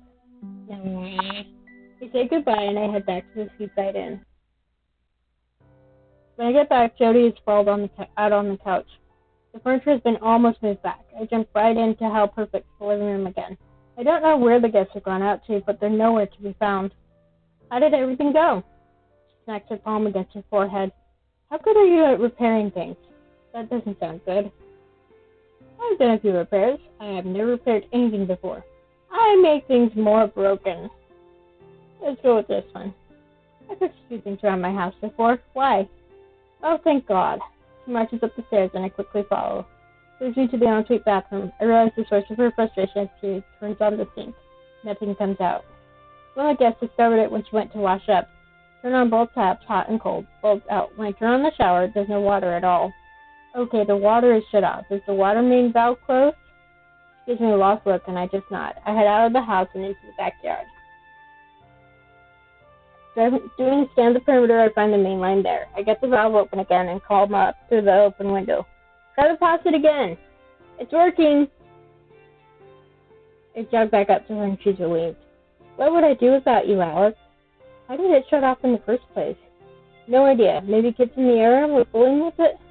Would they be out in the rain? She ponders that for a moment. Were any of our guests outside? They wouldn't have tested it. But were any of them out here? I wasn't keeping track of their every movement. We should cover it with a bucket or tote bin. Grab one from the shed as I check all the taps to make sure they're all working. It rains on and off for the rest of the day. As I'm getting ready for bed, the guests come back. I can hear them before I see them, loud to the point of obnoxiousness. It sounds like they've been drinking. Footsteps and voices are right outside my door as they head to their rooms. The walls are too thin for any privacy, and I distract myself because I don't want to eavesdrop. Once they're all in their rooms, I sneak downstairs to the main floor washroom to wash up for the night. I have the bag I brought with me, and I do my nightly skincare routine. It's expensive. It's basic. Skincare routine? 1, 2, 3, 4, 5, 6. 4. Yeah, it's expensive. I have an entire section dedicated to it, and I go through each step. It's awkward to do it in a much smaller bathroom than my one at home. I've gotten used to it. It's relaxing before bed. I plan on sneaking back into my room quickly fails. When I walk up the stairs, Kayla leaves her room. She startles, and I won't be surprised if she forgot there were other people in the house. I don't blame her. It sounds like they're having a good time together. Oh, hi. I'm so glad I'm not in my pajamas yet. Thanks for staying at the living room for yoga this morning. Oh, yeah, of course. And the taps are working again. Thank God. Sorry about the inconvenience. Ask if her friends touch the valve. Don't mention it. 1, 2, 3, 4. 3. The water valve was turned off. Oh? Were any of you guys outside? Something might have happened accidentally. I don't know how it could be an accident, but I'm trying to soften that accusatory blow. I know Braden and Emma were outside. Why? Are you saying they messed with it? No, I just don't know how it was turned off. She glances at the door of their rooms. We'll talk. Thanks for letting me know.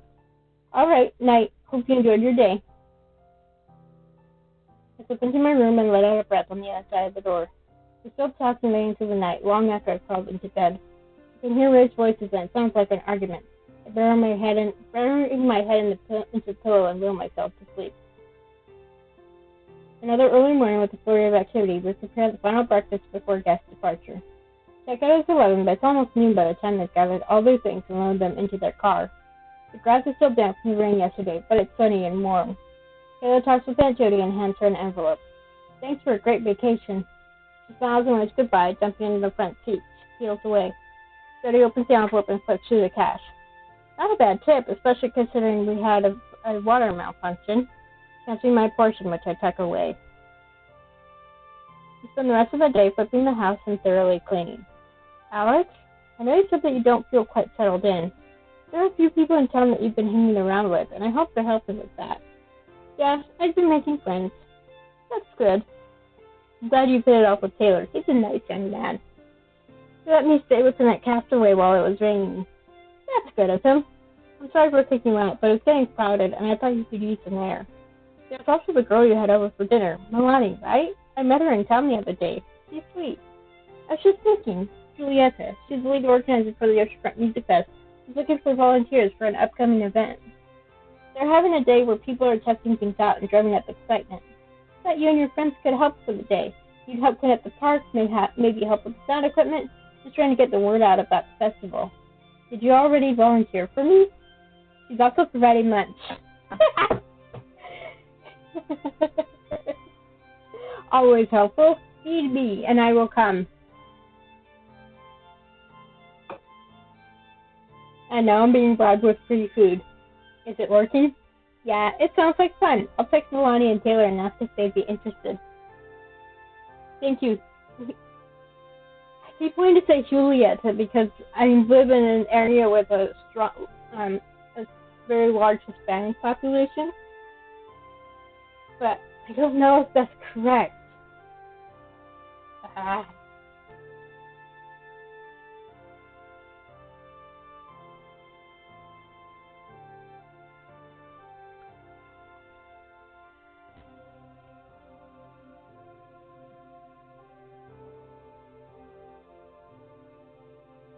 So it should be Julieta.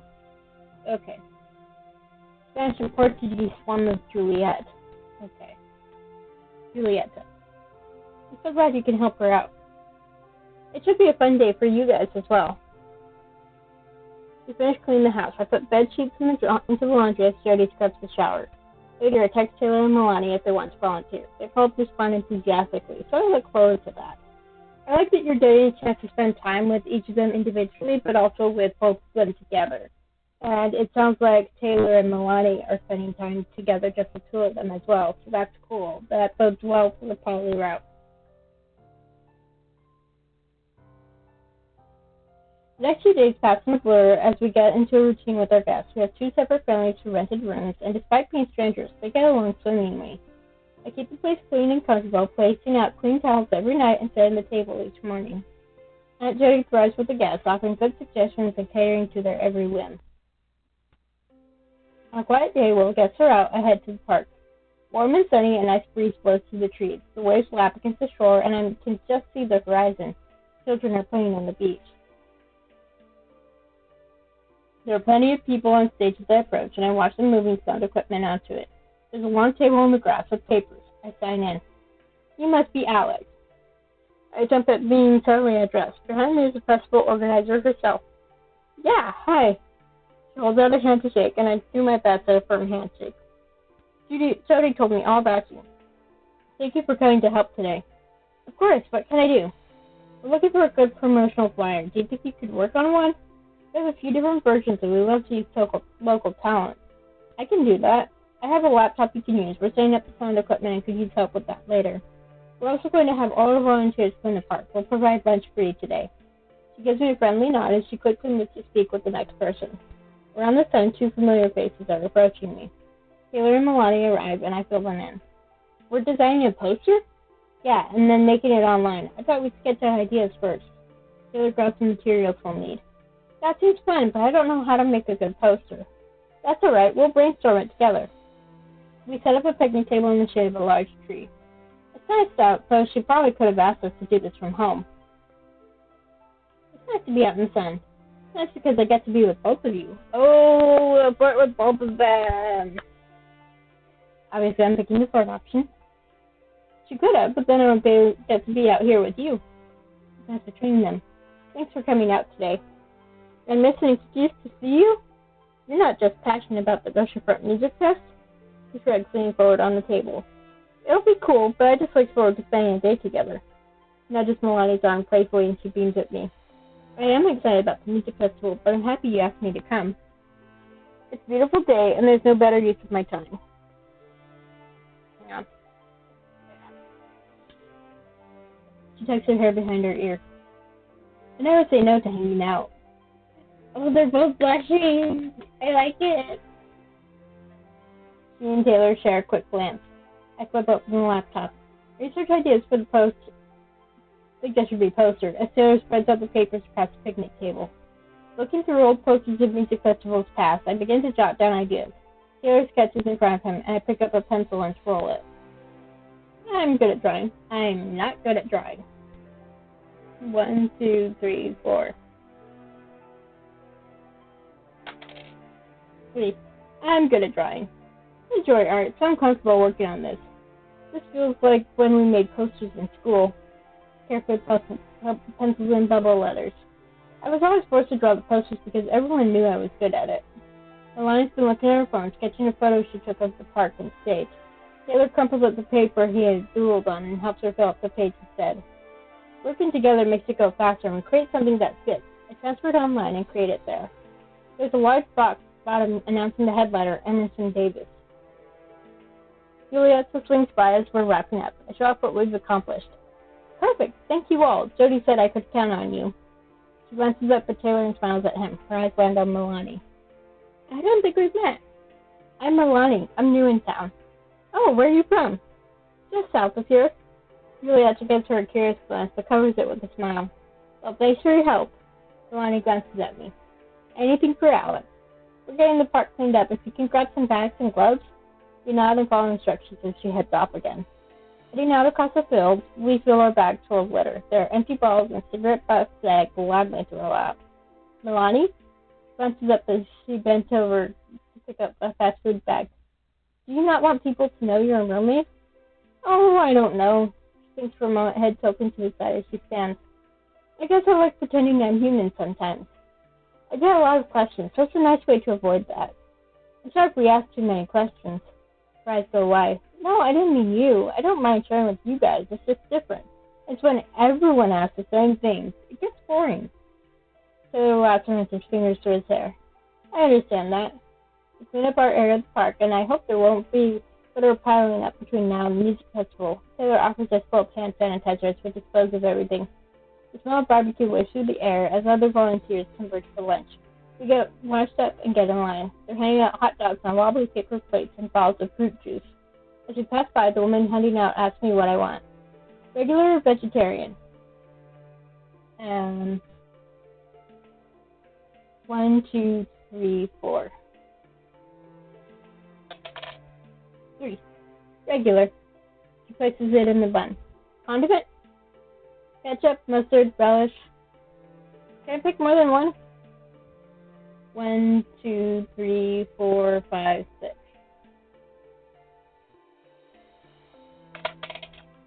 4. Ketchup. In a well-practiced maneuver, she pours ketchup. And drink? Fruit medley, pineapple peach, strawberry orange, water. Very wonderful thing. Water. 1, 2, 3, 4.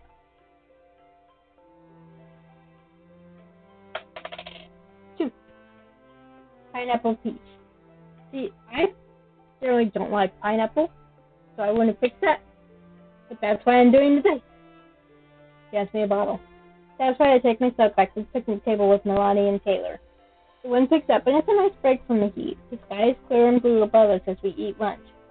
An ant crawls up the table and Taylor gently scoops it up with a napkin and puts it back on the ground. We finish eating, and a lot of volunteers head into the field to continue to clean. Julieta swings by again. Do you think you could help with the sound system? We need to know if everything is working. Yeah, of course. We walk closer to the stage.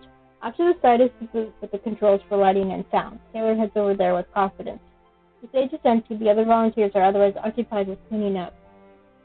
Climb on the stage. Help Melani up. Yes, we're going to flirt. Climb up and offer my hand to Melani. She doesn't really need it, but she takes it anyway with a smile. Once we're on stage together, she loops her arm through mine. Mind? Oi. Brain, please. It's nice up here. It's a totally different perspective. While not much higher, it does provide a perfect view of the park and the main street in town behind it. I'm excited about the festival. I hope we can go together. I'd like that. She's very close to me now, and I'm hyper aware of the points we touch. I miss the feeling as she pulls away. Look over the large park, you can imagine a crowd filing in for the festival. When else?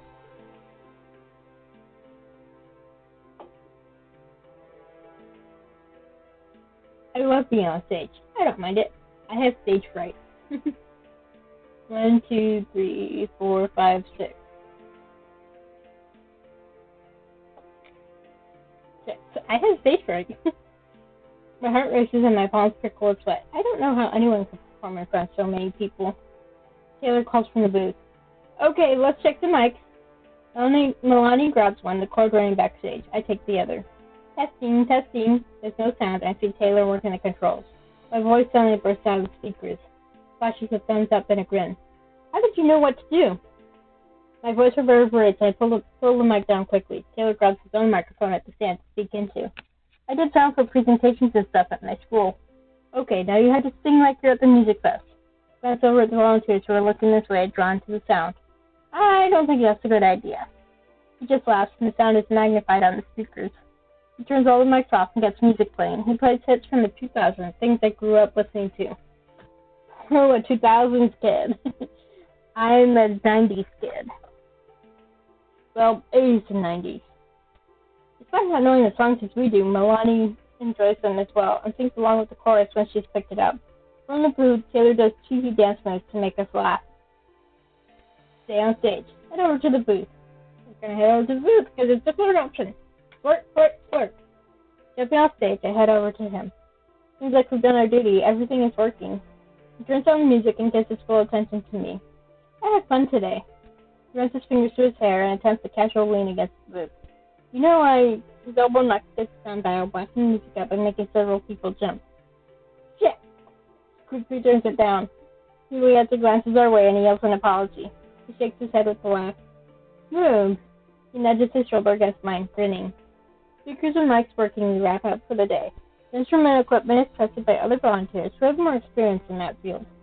See you at the festival? She catches us just as we're leaving. Wouldn't miss it. Thank you again. Love the poster. Waves goodbye and the three of us walk back through Cauwick Bay's main street. Walk beside them. Take Taylor's hand. Take Melani's hand. Take both their hands. Oh, yes. Both. I have two hands. Walking between them, it's easy to reach out with both hands. Melani takes mine right away, but beaming as she interlocks her fingers. Her hand is warm and comforting in my own. Taylor takes a moment, glancing up at me just to make sure it's okay. Puts his hand into my own and glances away to look at the ocean. I still catch a glimpse of his smile. The summer day comes to a close, and I make my way back to the Seaside Inn to help Aunt Jody with our guests. The day spent in a comfortable summer haze.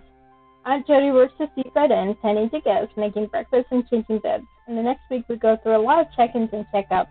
People flock to Cauwick Bay to enjoy their summer vacation. I recommend lighthouse tours, hiking trails, and boat rides. Jody drives to larger towns to pick up things we need and sends me into town to get groceries. It's hard work sometimes, especially when we flip the house for our next guest. It's good money, though. The end of the season is only a couple of weeks away, and people are squeezing in their vacations before it's over. I stay in contact with Taylor and Melani. I get photos from Melani that she takes around town, and Taylor checks in on my day. It's been a long day, and it's only the afternoon. We checked out the guests, and I spent the past few hours cleaning the house. Left a lot of crumbs in the bedroom, so I've tackled it with a vacuum cleaner. As I'm finishing up, I get a text from Melani asking me to meet her at the edge of town. I walk along the side of the road away from the ocean in Cauwick Bay. It's the same path I took when I first came in. The trees reach high to the sky, the scent of pine thick as I get closer to the forest edge.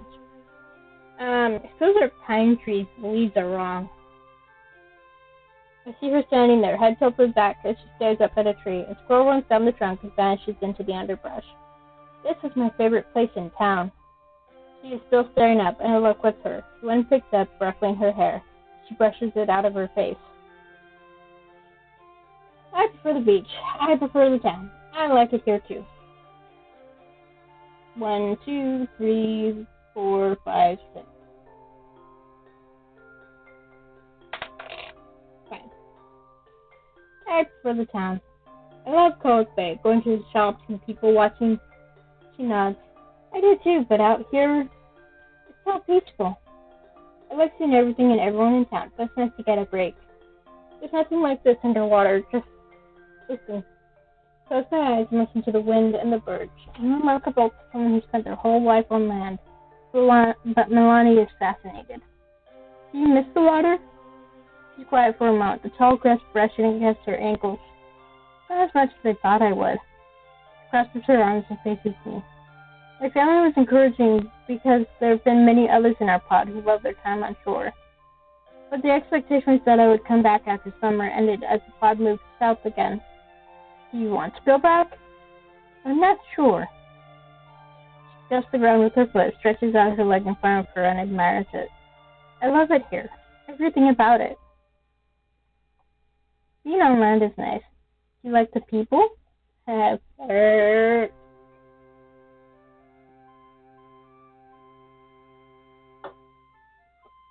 that include the people? Yeah, everyone has been really nice. She tilts her head, giving me a curious glance. But you meant a specific person, right? Well, just if there's someone who made your time here extra special. I think there could be someone that makes the draw to stay on land much stronger. I like them too. You've made my summer special. You've made my summer special too. Just one person? Just the one someone? She laughs, hair falling to the side. I think I got lucky. I met 2 people who were willing to spend their summer with me. It's easy to be so willing when it's you. She gives me a soft smile and falls quiet. Yeah, I love the people here. I wanted a chance to see what it was like to stay in the same place. We're travelers. We follow the currents and where the waves take us. Maybe one day I could stop by a place to live forever, but for now, there's so much more to see out there. If I go back to my pod, I don't know when I'll have a chance to see them again, without someone move so frequently. I've only just begun. Why stop now? But then I'd be leaving my family and everything I've ever known. Am I ready to do it all on my own? She tugs on the end of her hair and stares up at the trees again. But I've looked it up. Taylor let me use the computer at Castaway. I found all of these routes that pass through amazing locations. I'd travel across the country and see all the cities and landmarks. Like a road trip? She nods. I've never been that far from the ocean. You said that people from your pod made lives on land. They did, but we never saw them again. The longer we're out of the ocean, the easier it is to lose ourselves. My dad told me growing up that if you spent too much time on land, your life would never turn back. Dads. Plural. And my parents told me that if I kept making weird faces, it could get stuck like that. I doubt it's true, but the call back to the ocean subsides the longer we're on land. A short visit like my pod does is fine, but this... I guess I'm worried. I'm not ready to give up everything yet. Just don't know what to do. The end of summer is getting closer every day. Not over yet.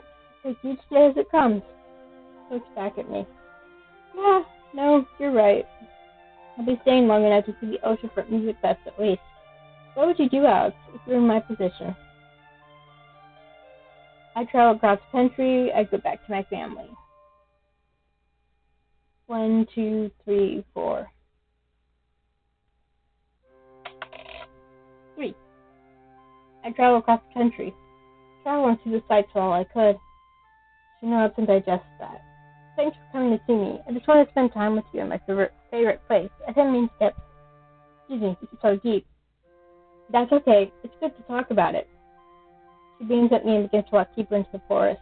I follow. The forest is alive with the sounds of birds, and I have to brush away a few flying bugs. Melani is unbothered as we navigate through tree roots from the unsteady forest floor. She leads me further, where there's an old, rotten wooden bridge over a small pond. She steps across it, stopping in the center. I found this when I went exploring. I wanted to show you. She presses her hand across the old wood. It's been abandoned and unmaintained for who knows how long. Alex, I don't know what my future holds, but I'm glad I got to spend this summer with you. I joined her on the bridge, worried it might crack beneath our feet. The whole setting would take in the forest together. And she's right. It's peaceful. A few days later, Aunt Jody and I just finished eating dinner. She ordered takeout in the town over and brought it here. She started the dishes as she leaves in the living room on her laptop. Oh, she glanced over. What's wrong? I have a cancellation for Tuesday. Pile the dishes into the sink and turn on the tap. Did they say why? We had one other cancellation earlier in the summer with the same little warning. It's not a fun surprise, but it happens. Yeah, they mentioned bad weather. She looks up at the clock and grabs the remote. The TV flips on and she turns it to the news. And we have a look at the 7-day forecast. You can see here that we have a thunderstorm approaching. It will start around Tuesday evening and will continue throughout the night.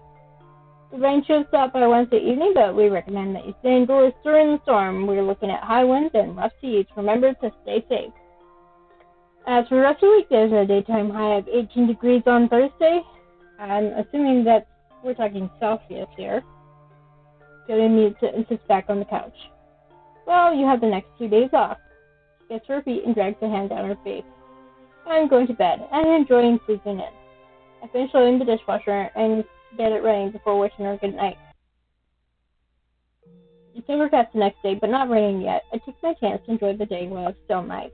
Get some fresh air and head out. Cauwick Bay is quiet. The clouds make it gloomy and cold. Usually the wind is refreshing, but it's been chill for me, and I zip up my jacket tightly. I head to the edge of the pier and look into the waves. I text him and ask if he's busy. Technically, yes, but there hasn't been a single customer all day. Meet me at the pier? Takes back a thumbs up, and only a minute later I hear footsteps on the wooden dock. He sits beside me. I think back to my first day here when I met Melani in the same spot. What's up? I turned to him with a shrug. He gets canceled, so I have some free time. I thought I'd enjoy the day before it starts to storm. He carves his fingers to his head. Not looking forward to that. You said you were scared of storms as a kid, right? I still don't like them. I need to buy noise canceling headphones or something. I could never sleep during a storm. I look forward to storms because they fit so well with the rain on the roof. He glances at the ocean, legs dangling off the pier. I couldn't have done this either. Sit on the pier. I couldn't swim. I was scared of the water. But you vacation by the ocean?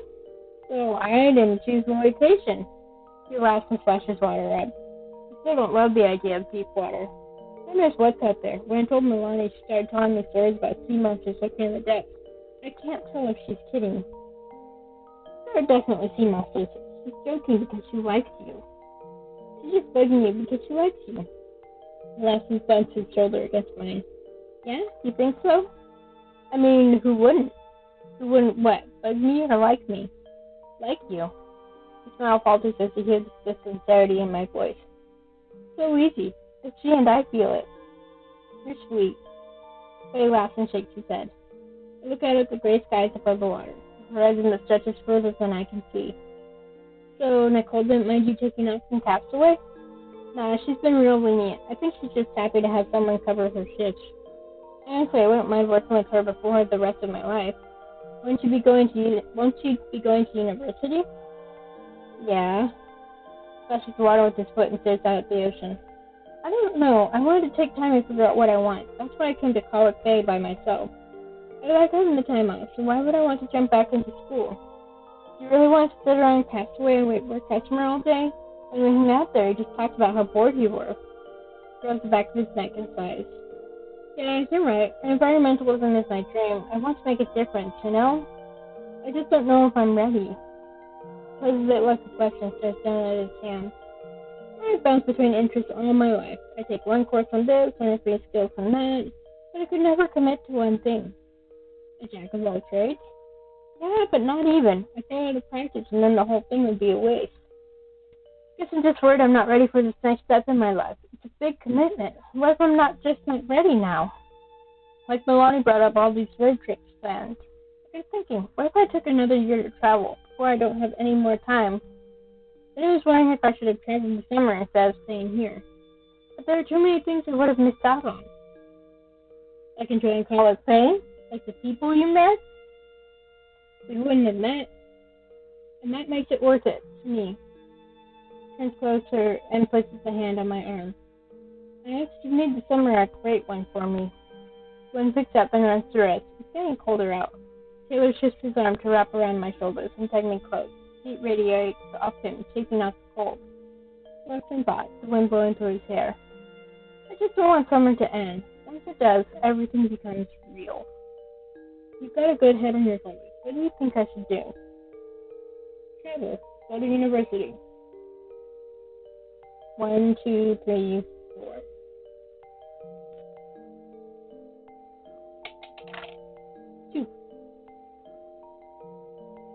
Go to university. It's such a dream. You should dive in with both feet. Don't think about this period of your life ending. You can still have one. Your next stage of life is starting. Not some difficult things. But you should do what's best for you. Yeah, just trying to understand what that is. Before something hit my face and I glanced up. The clouds were darkened and it's starting to rain. Taylor helped me to my feet, glancing skyward. Shit, we should go before it starts to pour. The driver across the pier to the main street. We part ways as he heads to Castaway, and I head back to the Seaside Inn before I get soaked. The sky gets darker as the rain continues. Aunt Jody and I cover the furniture in the backyard and pull other things inside or into the shed. The hood of my jacket is pulled up as the rain pours harder. The first rumble of thunder comes early in the evening. Jody puts on the news to keep up with the weather report that tracks the path of the storm, what's happening in other areas nearby. The flash to images of drenching rain and lightning flooding the sky. Storms didn't bother me as a kid, and now... Still not bothered. I'm scared. 1, 2, 3, 4. 4. I'm scared. I can feel that flicker of fear stirring my chest as the thunder begins. The reporter is out in the deluge. Her bright pink raincoat flaps in the wind as she gives a report. Aunt Jody makes a cup of tea and she sits, nursing the cup. The reporter speaks about people stubbornly going out in the weather. Behind her there is still activity as people go in and out of the supermarket. The fluorescent lights within a beacon to the storm. In the storm, it cuts her shot of the ocean, the waves high and turbulent. I wonder if Melani is okay, if she's safe and on land. Since Taylor is still holding his own fears. I'll send them both a quick text to ask how they're doing. I'm at the general store. They only let me stay inside. I think I'll grow a tail if I go out. It's raining so hard. She sent the little mermaid emoji followed by several rain clouds, so I assume she's okay. Passway is closed. I'm bunkered inside. Nicole went home. Jody turns up the TV as it shows a map of our area. We're seeing power outages across the shoreline, and further inland you can see right along the strip here, and there's some tips on what to do if it hits you. Screen flashes to list of supplies and things to do during a power outage. Not helpful for those who already have their power out. Now the rumble of thunder rolls through, still far enough in the distance. Your friends okay? Staying somewhere dry, I hope. They're both in town. They're safe. I think it's only getting worse. If you want to invite them here to wait out the storm, I'm alright with that. She gets to her feet and looks around. I'm going to find our flashlights. I've grown close to both of them over the summer. Invite Melani over. Invite Taylor over. Invite them both over. Don't invite anyone over. Inviting them both. Duh. Okay, wait. Let's save. I haven't saved it all. Invite them both over.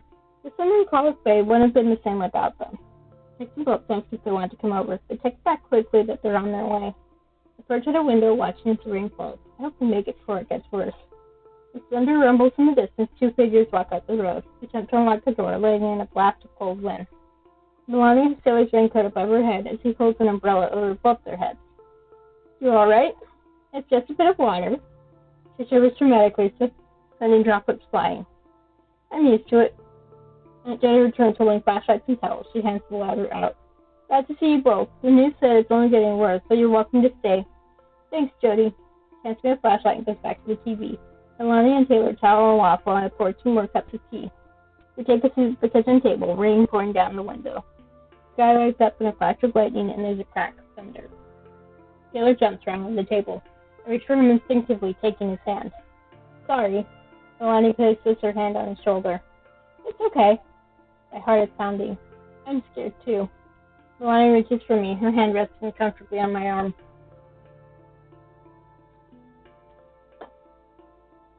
The low drone of commercials plays from the TV before it cuts in and out. Another flash of lightning illuminates the faces of my friends as the thunder hits. The entire house shakes. Oh boy, that's not good. Taylor's grip on my hand squeezes tight. And everything goes black. Of course it does. I knew the fire was going to go out. When they talked about pyros, I was like, that's going to happen.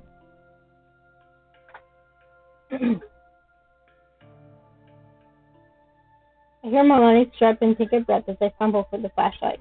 My eyes are barely adjusted to the dark. I seem to feel for the switch. The beam hits me directly in the eyes and I curse. Shit. Without the sound of the TV, the storm becomes louder. Wind howls and everything not taken down clatters and scrapes against the deck outside. Raindrops pound on the roof as another rumble of thunder rolls by. Shit, what now? Another light appears in the living room as Jody navigates over. Everyone okay? Do you need anything? Have you eaten yet? Okay, give me 1 sec.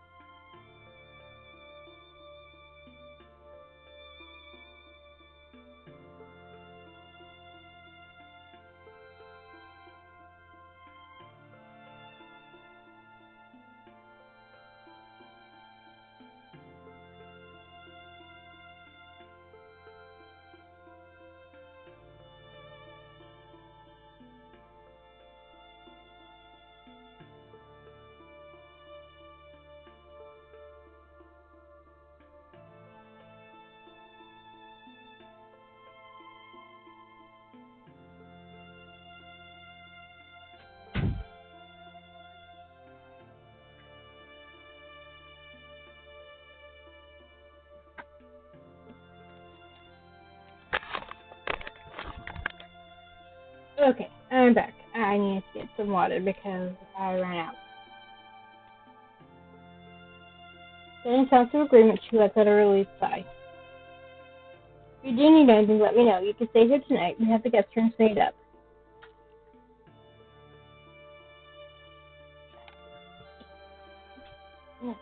Get comfortable again. You don't have to worry about a thing, okay? Well, thank her as she keeps her flashlight illuminated on the three of us. You should head upstairs. There are lots of things to trip on down here. You don't need help with anything? Shine my flashlight at her and she gives me a patient smile. I'm fine. I smile at her gratefully and get out of my seat. Building the flashlight, I scan the room and head for the stairs. Reaching up behind me, Melani takes my hand and Taylor takes her other one. I lead them through the dark, navigating around anything they might hurt themselves on. Rain pounds on the roof as we reach my room. I kick aside my bag to clear a path and close the door behind us. We sit on my bed and Melani looks around. I like your room. You can see it? I move the flashlight across the walls. Now that my eyes have adjusted, it's not so different from deep underwater. The light catches across her eyes and they shine reflectively like a cat's in the dark. We set the flashlight on the bed, the light moving every time we shift. Thunder shakes the house and Taylor grabs our hands. I hold back just as tight. Melani sits on his other side and brushes the lock of hair from his face. Thank you for asking us to come here. You didn't want to stay in town during the storm? I'd much rather be with you. Aww. That's sweet. Her arm winds around Taylor's waist and she places her hand on my knee. He leans into her, resting his head against hers as he shuts his eyes. He hasn't let go of my hand and his pulse beats rapidly. But if I'm fear of something else, I can't tell. And as the rain pours down outside, I'm glad I'm here, safe and dry, and most importantly, with them. She brushes her thumb against my cheek and tilts my chin up. What do you want, Alex?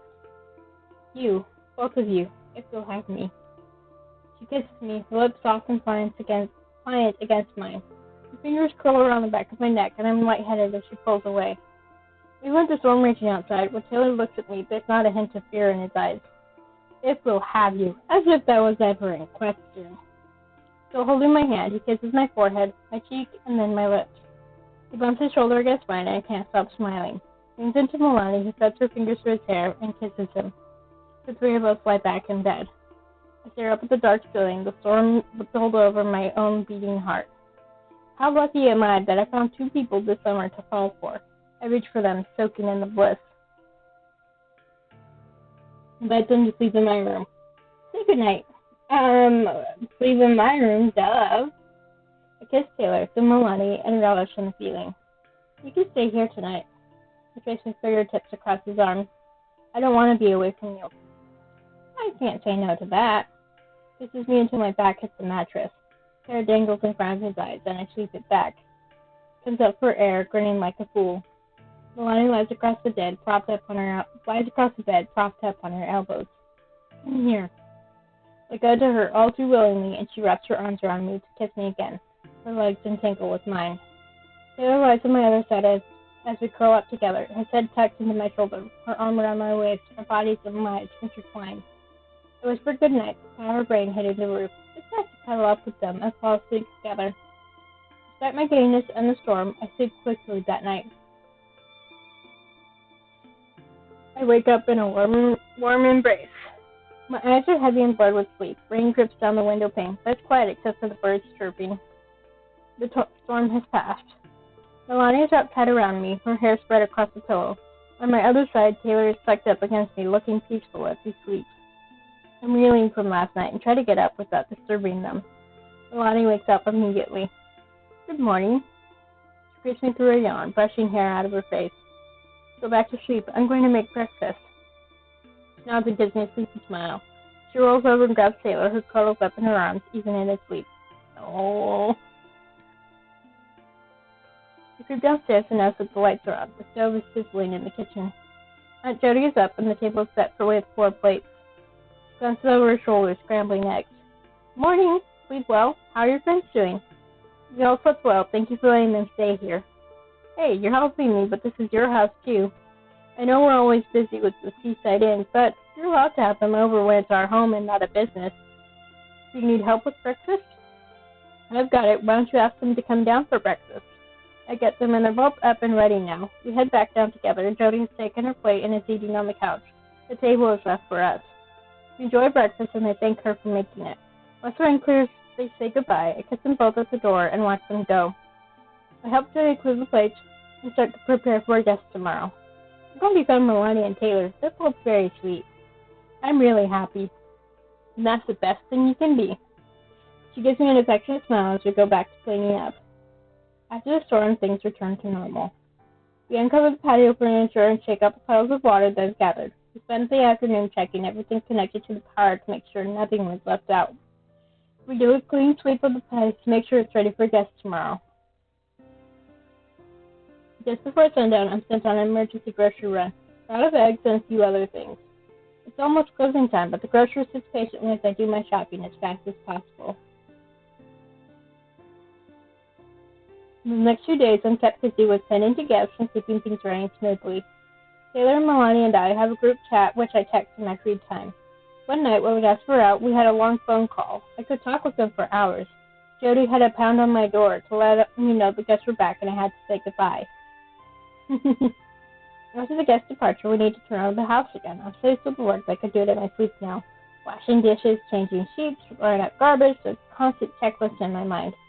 We're booked up until the end of summer, and Jody reviews the website to make sure there are no more surprise cancellations. Huh. Good huh or bad huh? Confused one. One of the names sounds familiar. Do we know Emerson Davis? A musician? They're headlining the Oceanfront Music Fest. She snaps her fingers and nods. That's where I know them from. They book the days around the festival. I glance over her shoulder at her laptop. Can't believe they want to stay here. Why not? We have good reviews. We'll just make sure their stay goes flawlessly. I feel nervous under pressure. I rise to the challenge. 1, 2, 3, 4. 1. I feel nervous under the pressure. We can't predict everything. There's going to be so much stress with the festival, too. We can handle it. We finish cleaning the house and head in for an early night. A few days later, on checkout day, I get a text. It's Taylor in the group chat. There's a bonfire at the beach tonight. We should go. That sounds fun. Of course I'll be there. I asked Aunt Jody if I have the night off or if she needs my help. As long as we're finished before then yeah, have fun. I take back and promise to make it. The rest of the day, I work extra hard to finish everything early so I won't leave Jody in a lurch. As it's getting late, I get ready for the outing tonight. I'm pulling something comfortable that I don't mind getting sand on. Just as the sun is setting, I leave the Seaside Inn. The sun gets right in my eyes as I walk. I head to the beach and there are several others crowded around. The sun sets over the water as locals set up a bonfire. It's crackling already, sparks fly off and mix with the sand. There are barbecues set up, drifting smoke skyward as people hand out food and drinks. There's a speaker playing, pumping music. It's a small crowd, but Cauwick Bay is a small town. Most of the people are local or long-term vacationers. Melani greets me as I race the sand and grabs my hand to lead me to a beach blanket. Everyone is in such good spirits. There's plenty of laughter and chatter all around us, a party atmosphere. My family participated in human festivals when I traveled close to the island shores. I have a lot of good memories. I think it's why I wanted to experience life ashore. She glances wistfully out to the ocean, watching the waves lap against the shore. I'll miss them when I leave to travel. Would anyone in your family come with you? She shakes her head. Either no interest or they've already taken a journey on land and wouldn't want to again. She turns away from the ocean and back to the party, stretching out on the blanket. I'm sure they miss you too.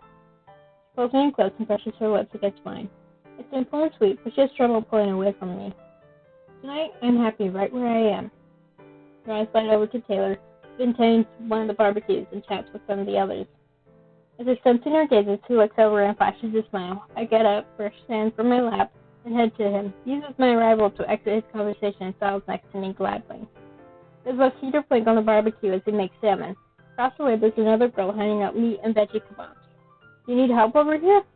He winks at me, brushing down the salmon with maple syrup.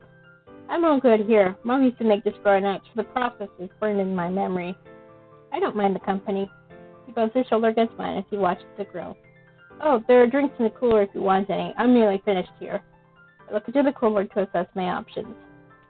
Beer, soda, vodka soda, water.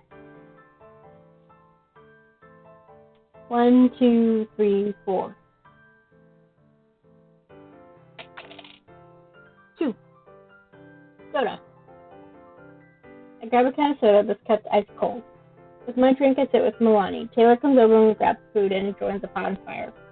The scent of smoke is thick, but there's a good breeze to keep it off of us. The last rays of the sun scatter across the ocean, and the fire keeps us warm as it gets darker. Taylor takes out another blanket and drapes it over her shoulders. It's a tight fit, but I'm not complaining about getting to cuddle with my partners. Warm enough? He wraps his arm around me and sneaks a kiss on my cheek. The music is cranked and people are getting up to dance. Melani jumps up and grabs her hands.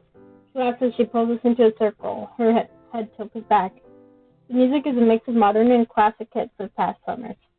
There's a memory that flashes by when one song starts. I'm listening to it on the car radio as my family drove away from Cauwick Bay so many years ago.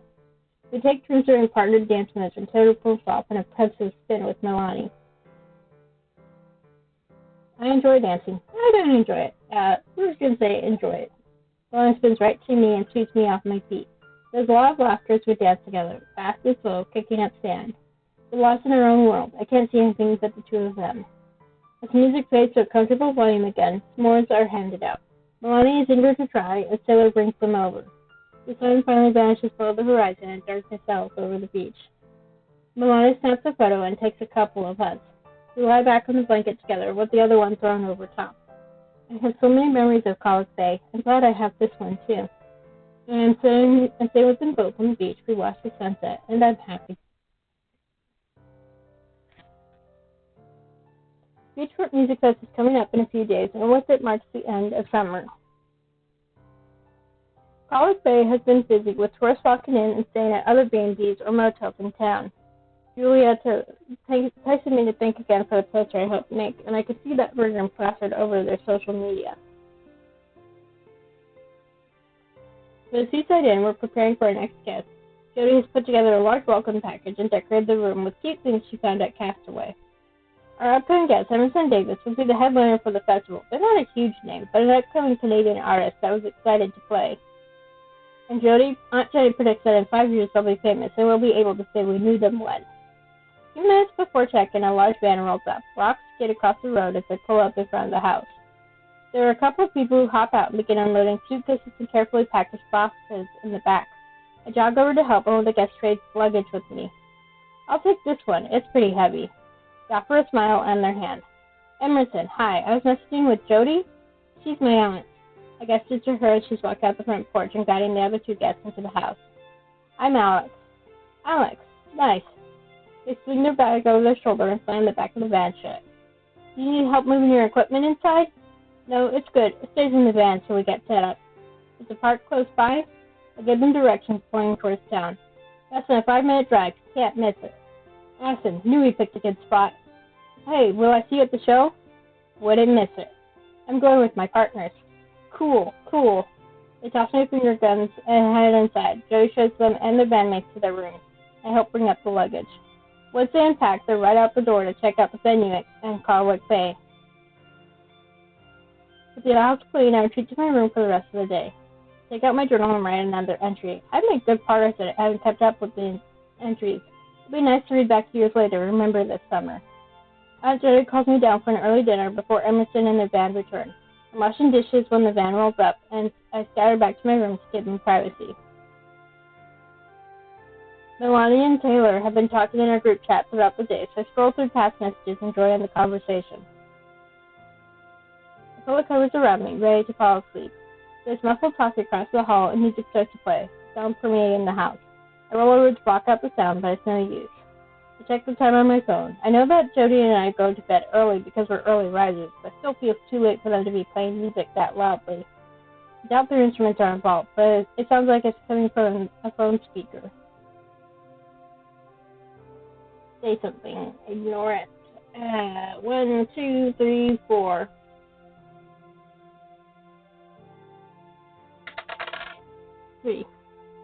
Say something. I cannot sleep like this. If I say something, maybe they'll be quieter. I head across the hall and knock on the door. Emerson swings it open and leans against the door frame. Alex, what's up? Can you play your music a little quieter, please? It's just that Jody and I wake up early and... Oh, shit, sorry. Yeah, for sure we'll keep it down. Thanks for letting me know. They give me an apologetic smile and we head back to our rooms. The music is turned way down and I'm able to sleep. That's cool.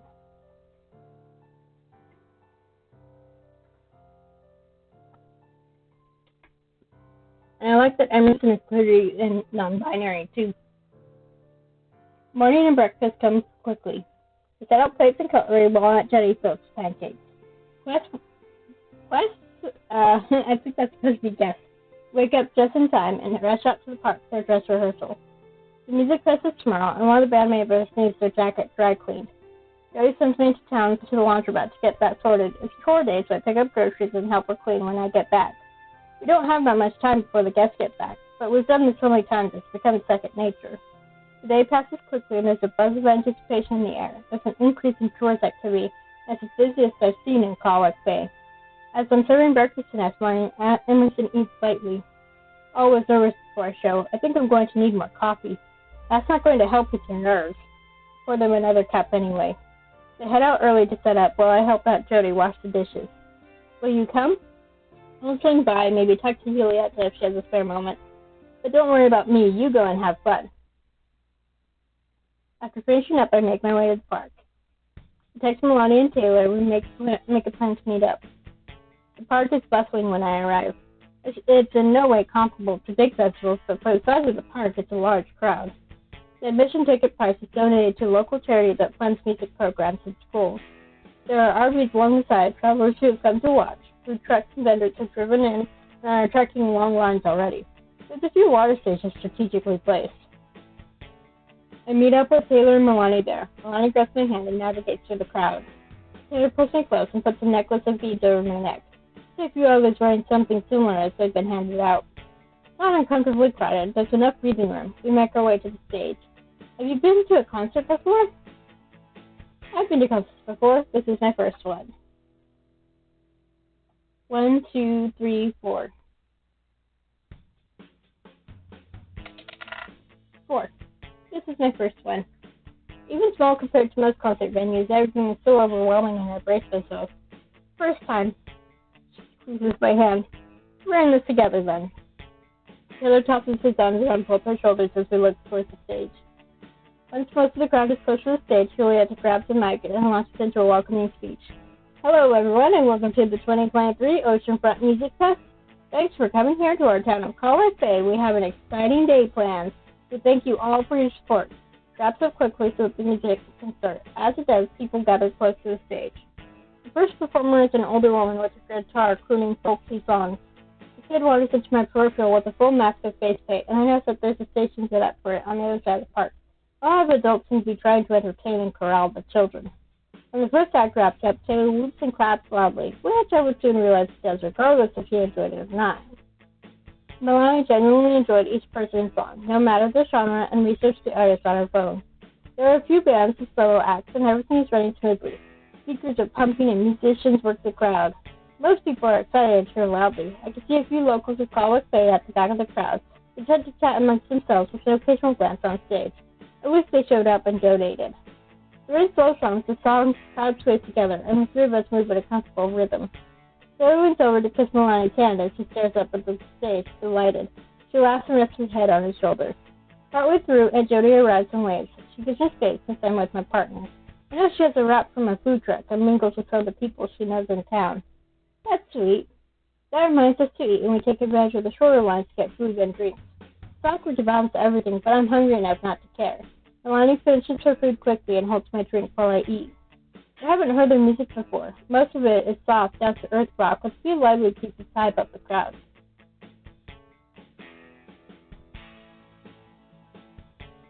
I like it. I don't like it. I like it.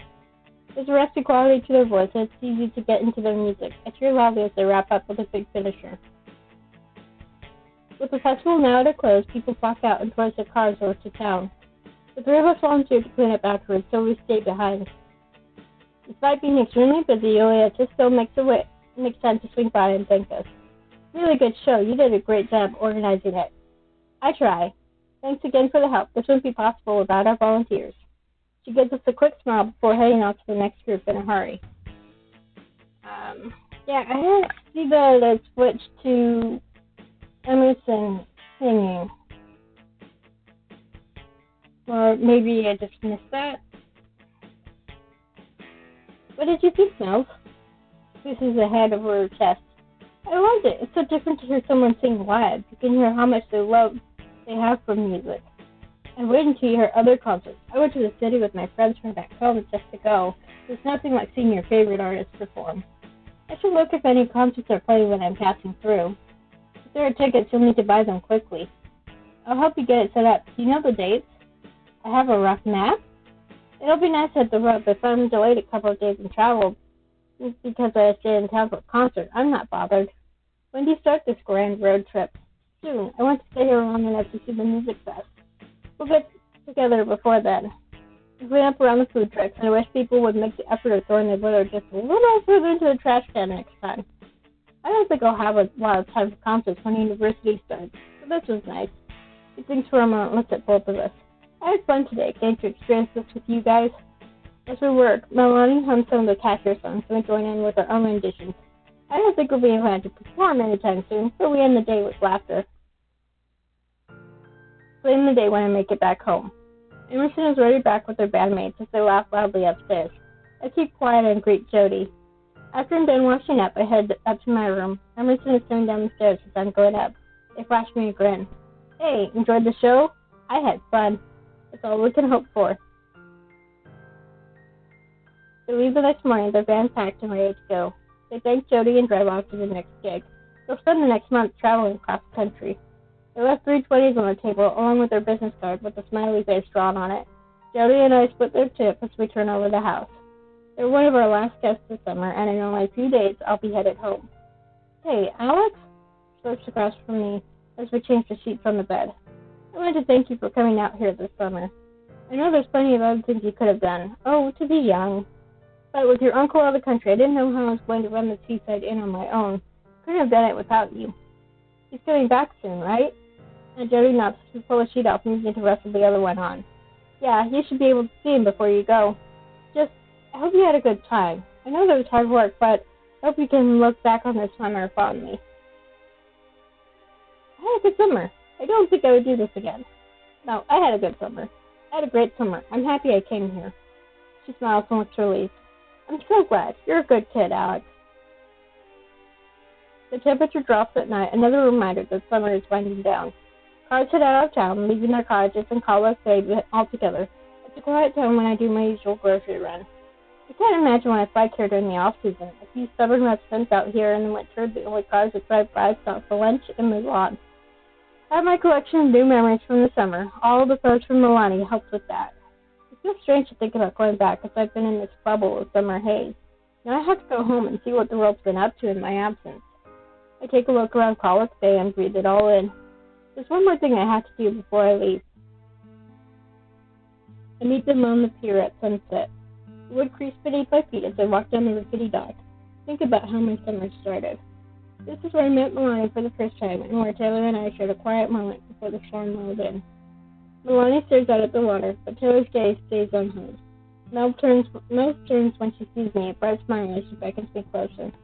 There's a comfortable silence as the summer breeze passes through. It's getting chilly, the endless heat of summer coming to an end. I wish we could live in this summer forever. He stares at the setting sun, closing his eyes. He's beautiful as the sunset warms his skin, eyelashes turning gold in the fading light. She lifts his back to the horizon. I'm saying goodbye to the ocean. I don't know what it'll be like when I can't hear it anymore. But I'm excited. There's so much to see. I've only just begun. Your road trip is planned? Mostly. I'm keeping it flexible. She scrolls through her phone, looking at all the photos she took. You should post them somewhere. You have a lot of good ones. And add the ones you take when traveling. She hums and nods. I like that idea. It'll be nice to see your photos. I'll still send them to you. You'll be busy. I will be too with university. Just his foot along the dock. You think that we'll never text each other once we all live Cauwick Bay? I'll be right back.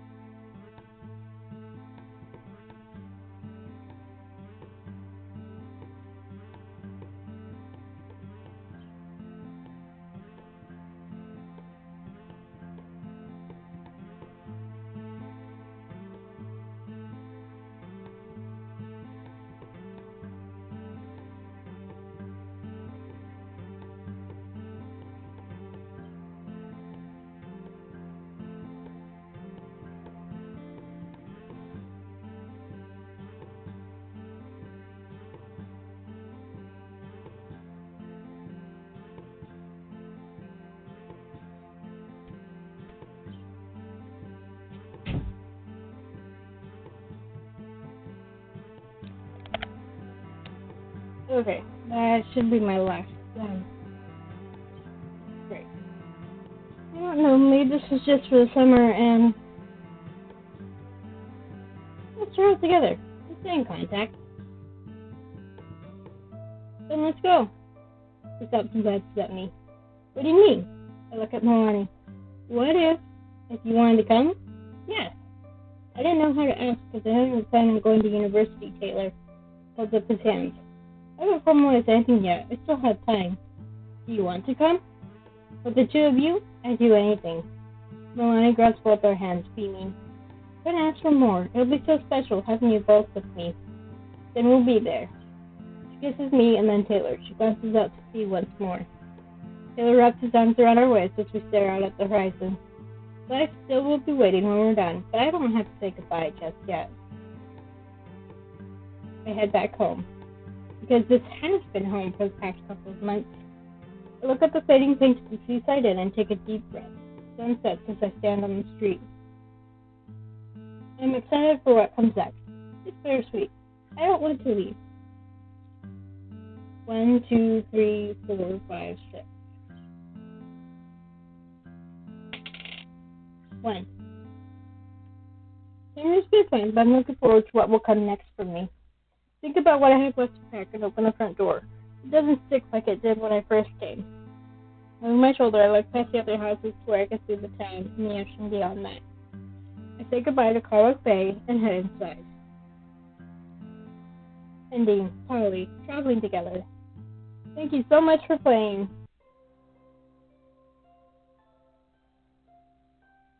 That was where it's,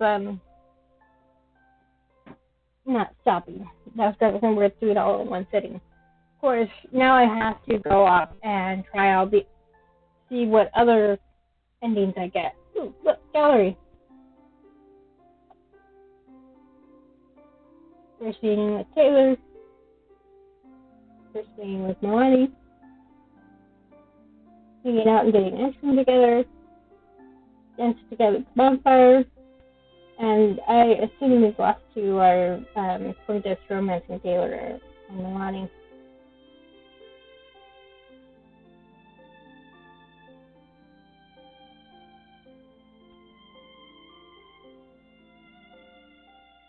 So yeah, this was fun. I enjoyed it. I would definitely play it again to see what other endings I get.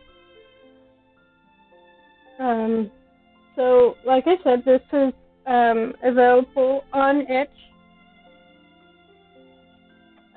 I will include a link in the description when I post this on YouTube.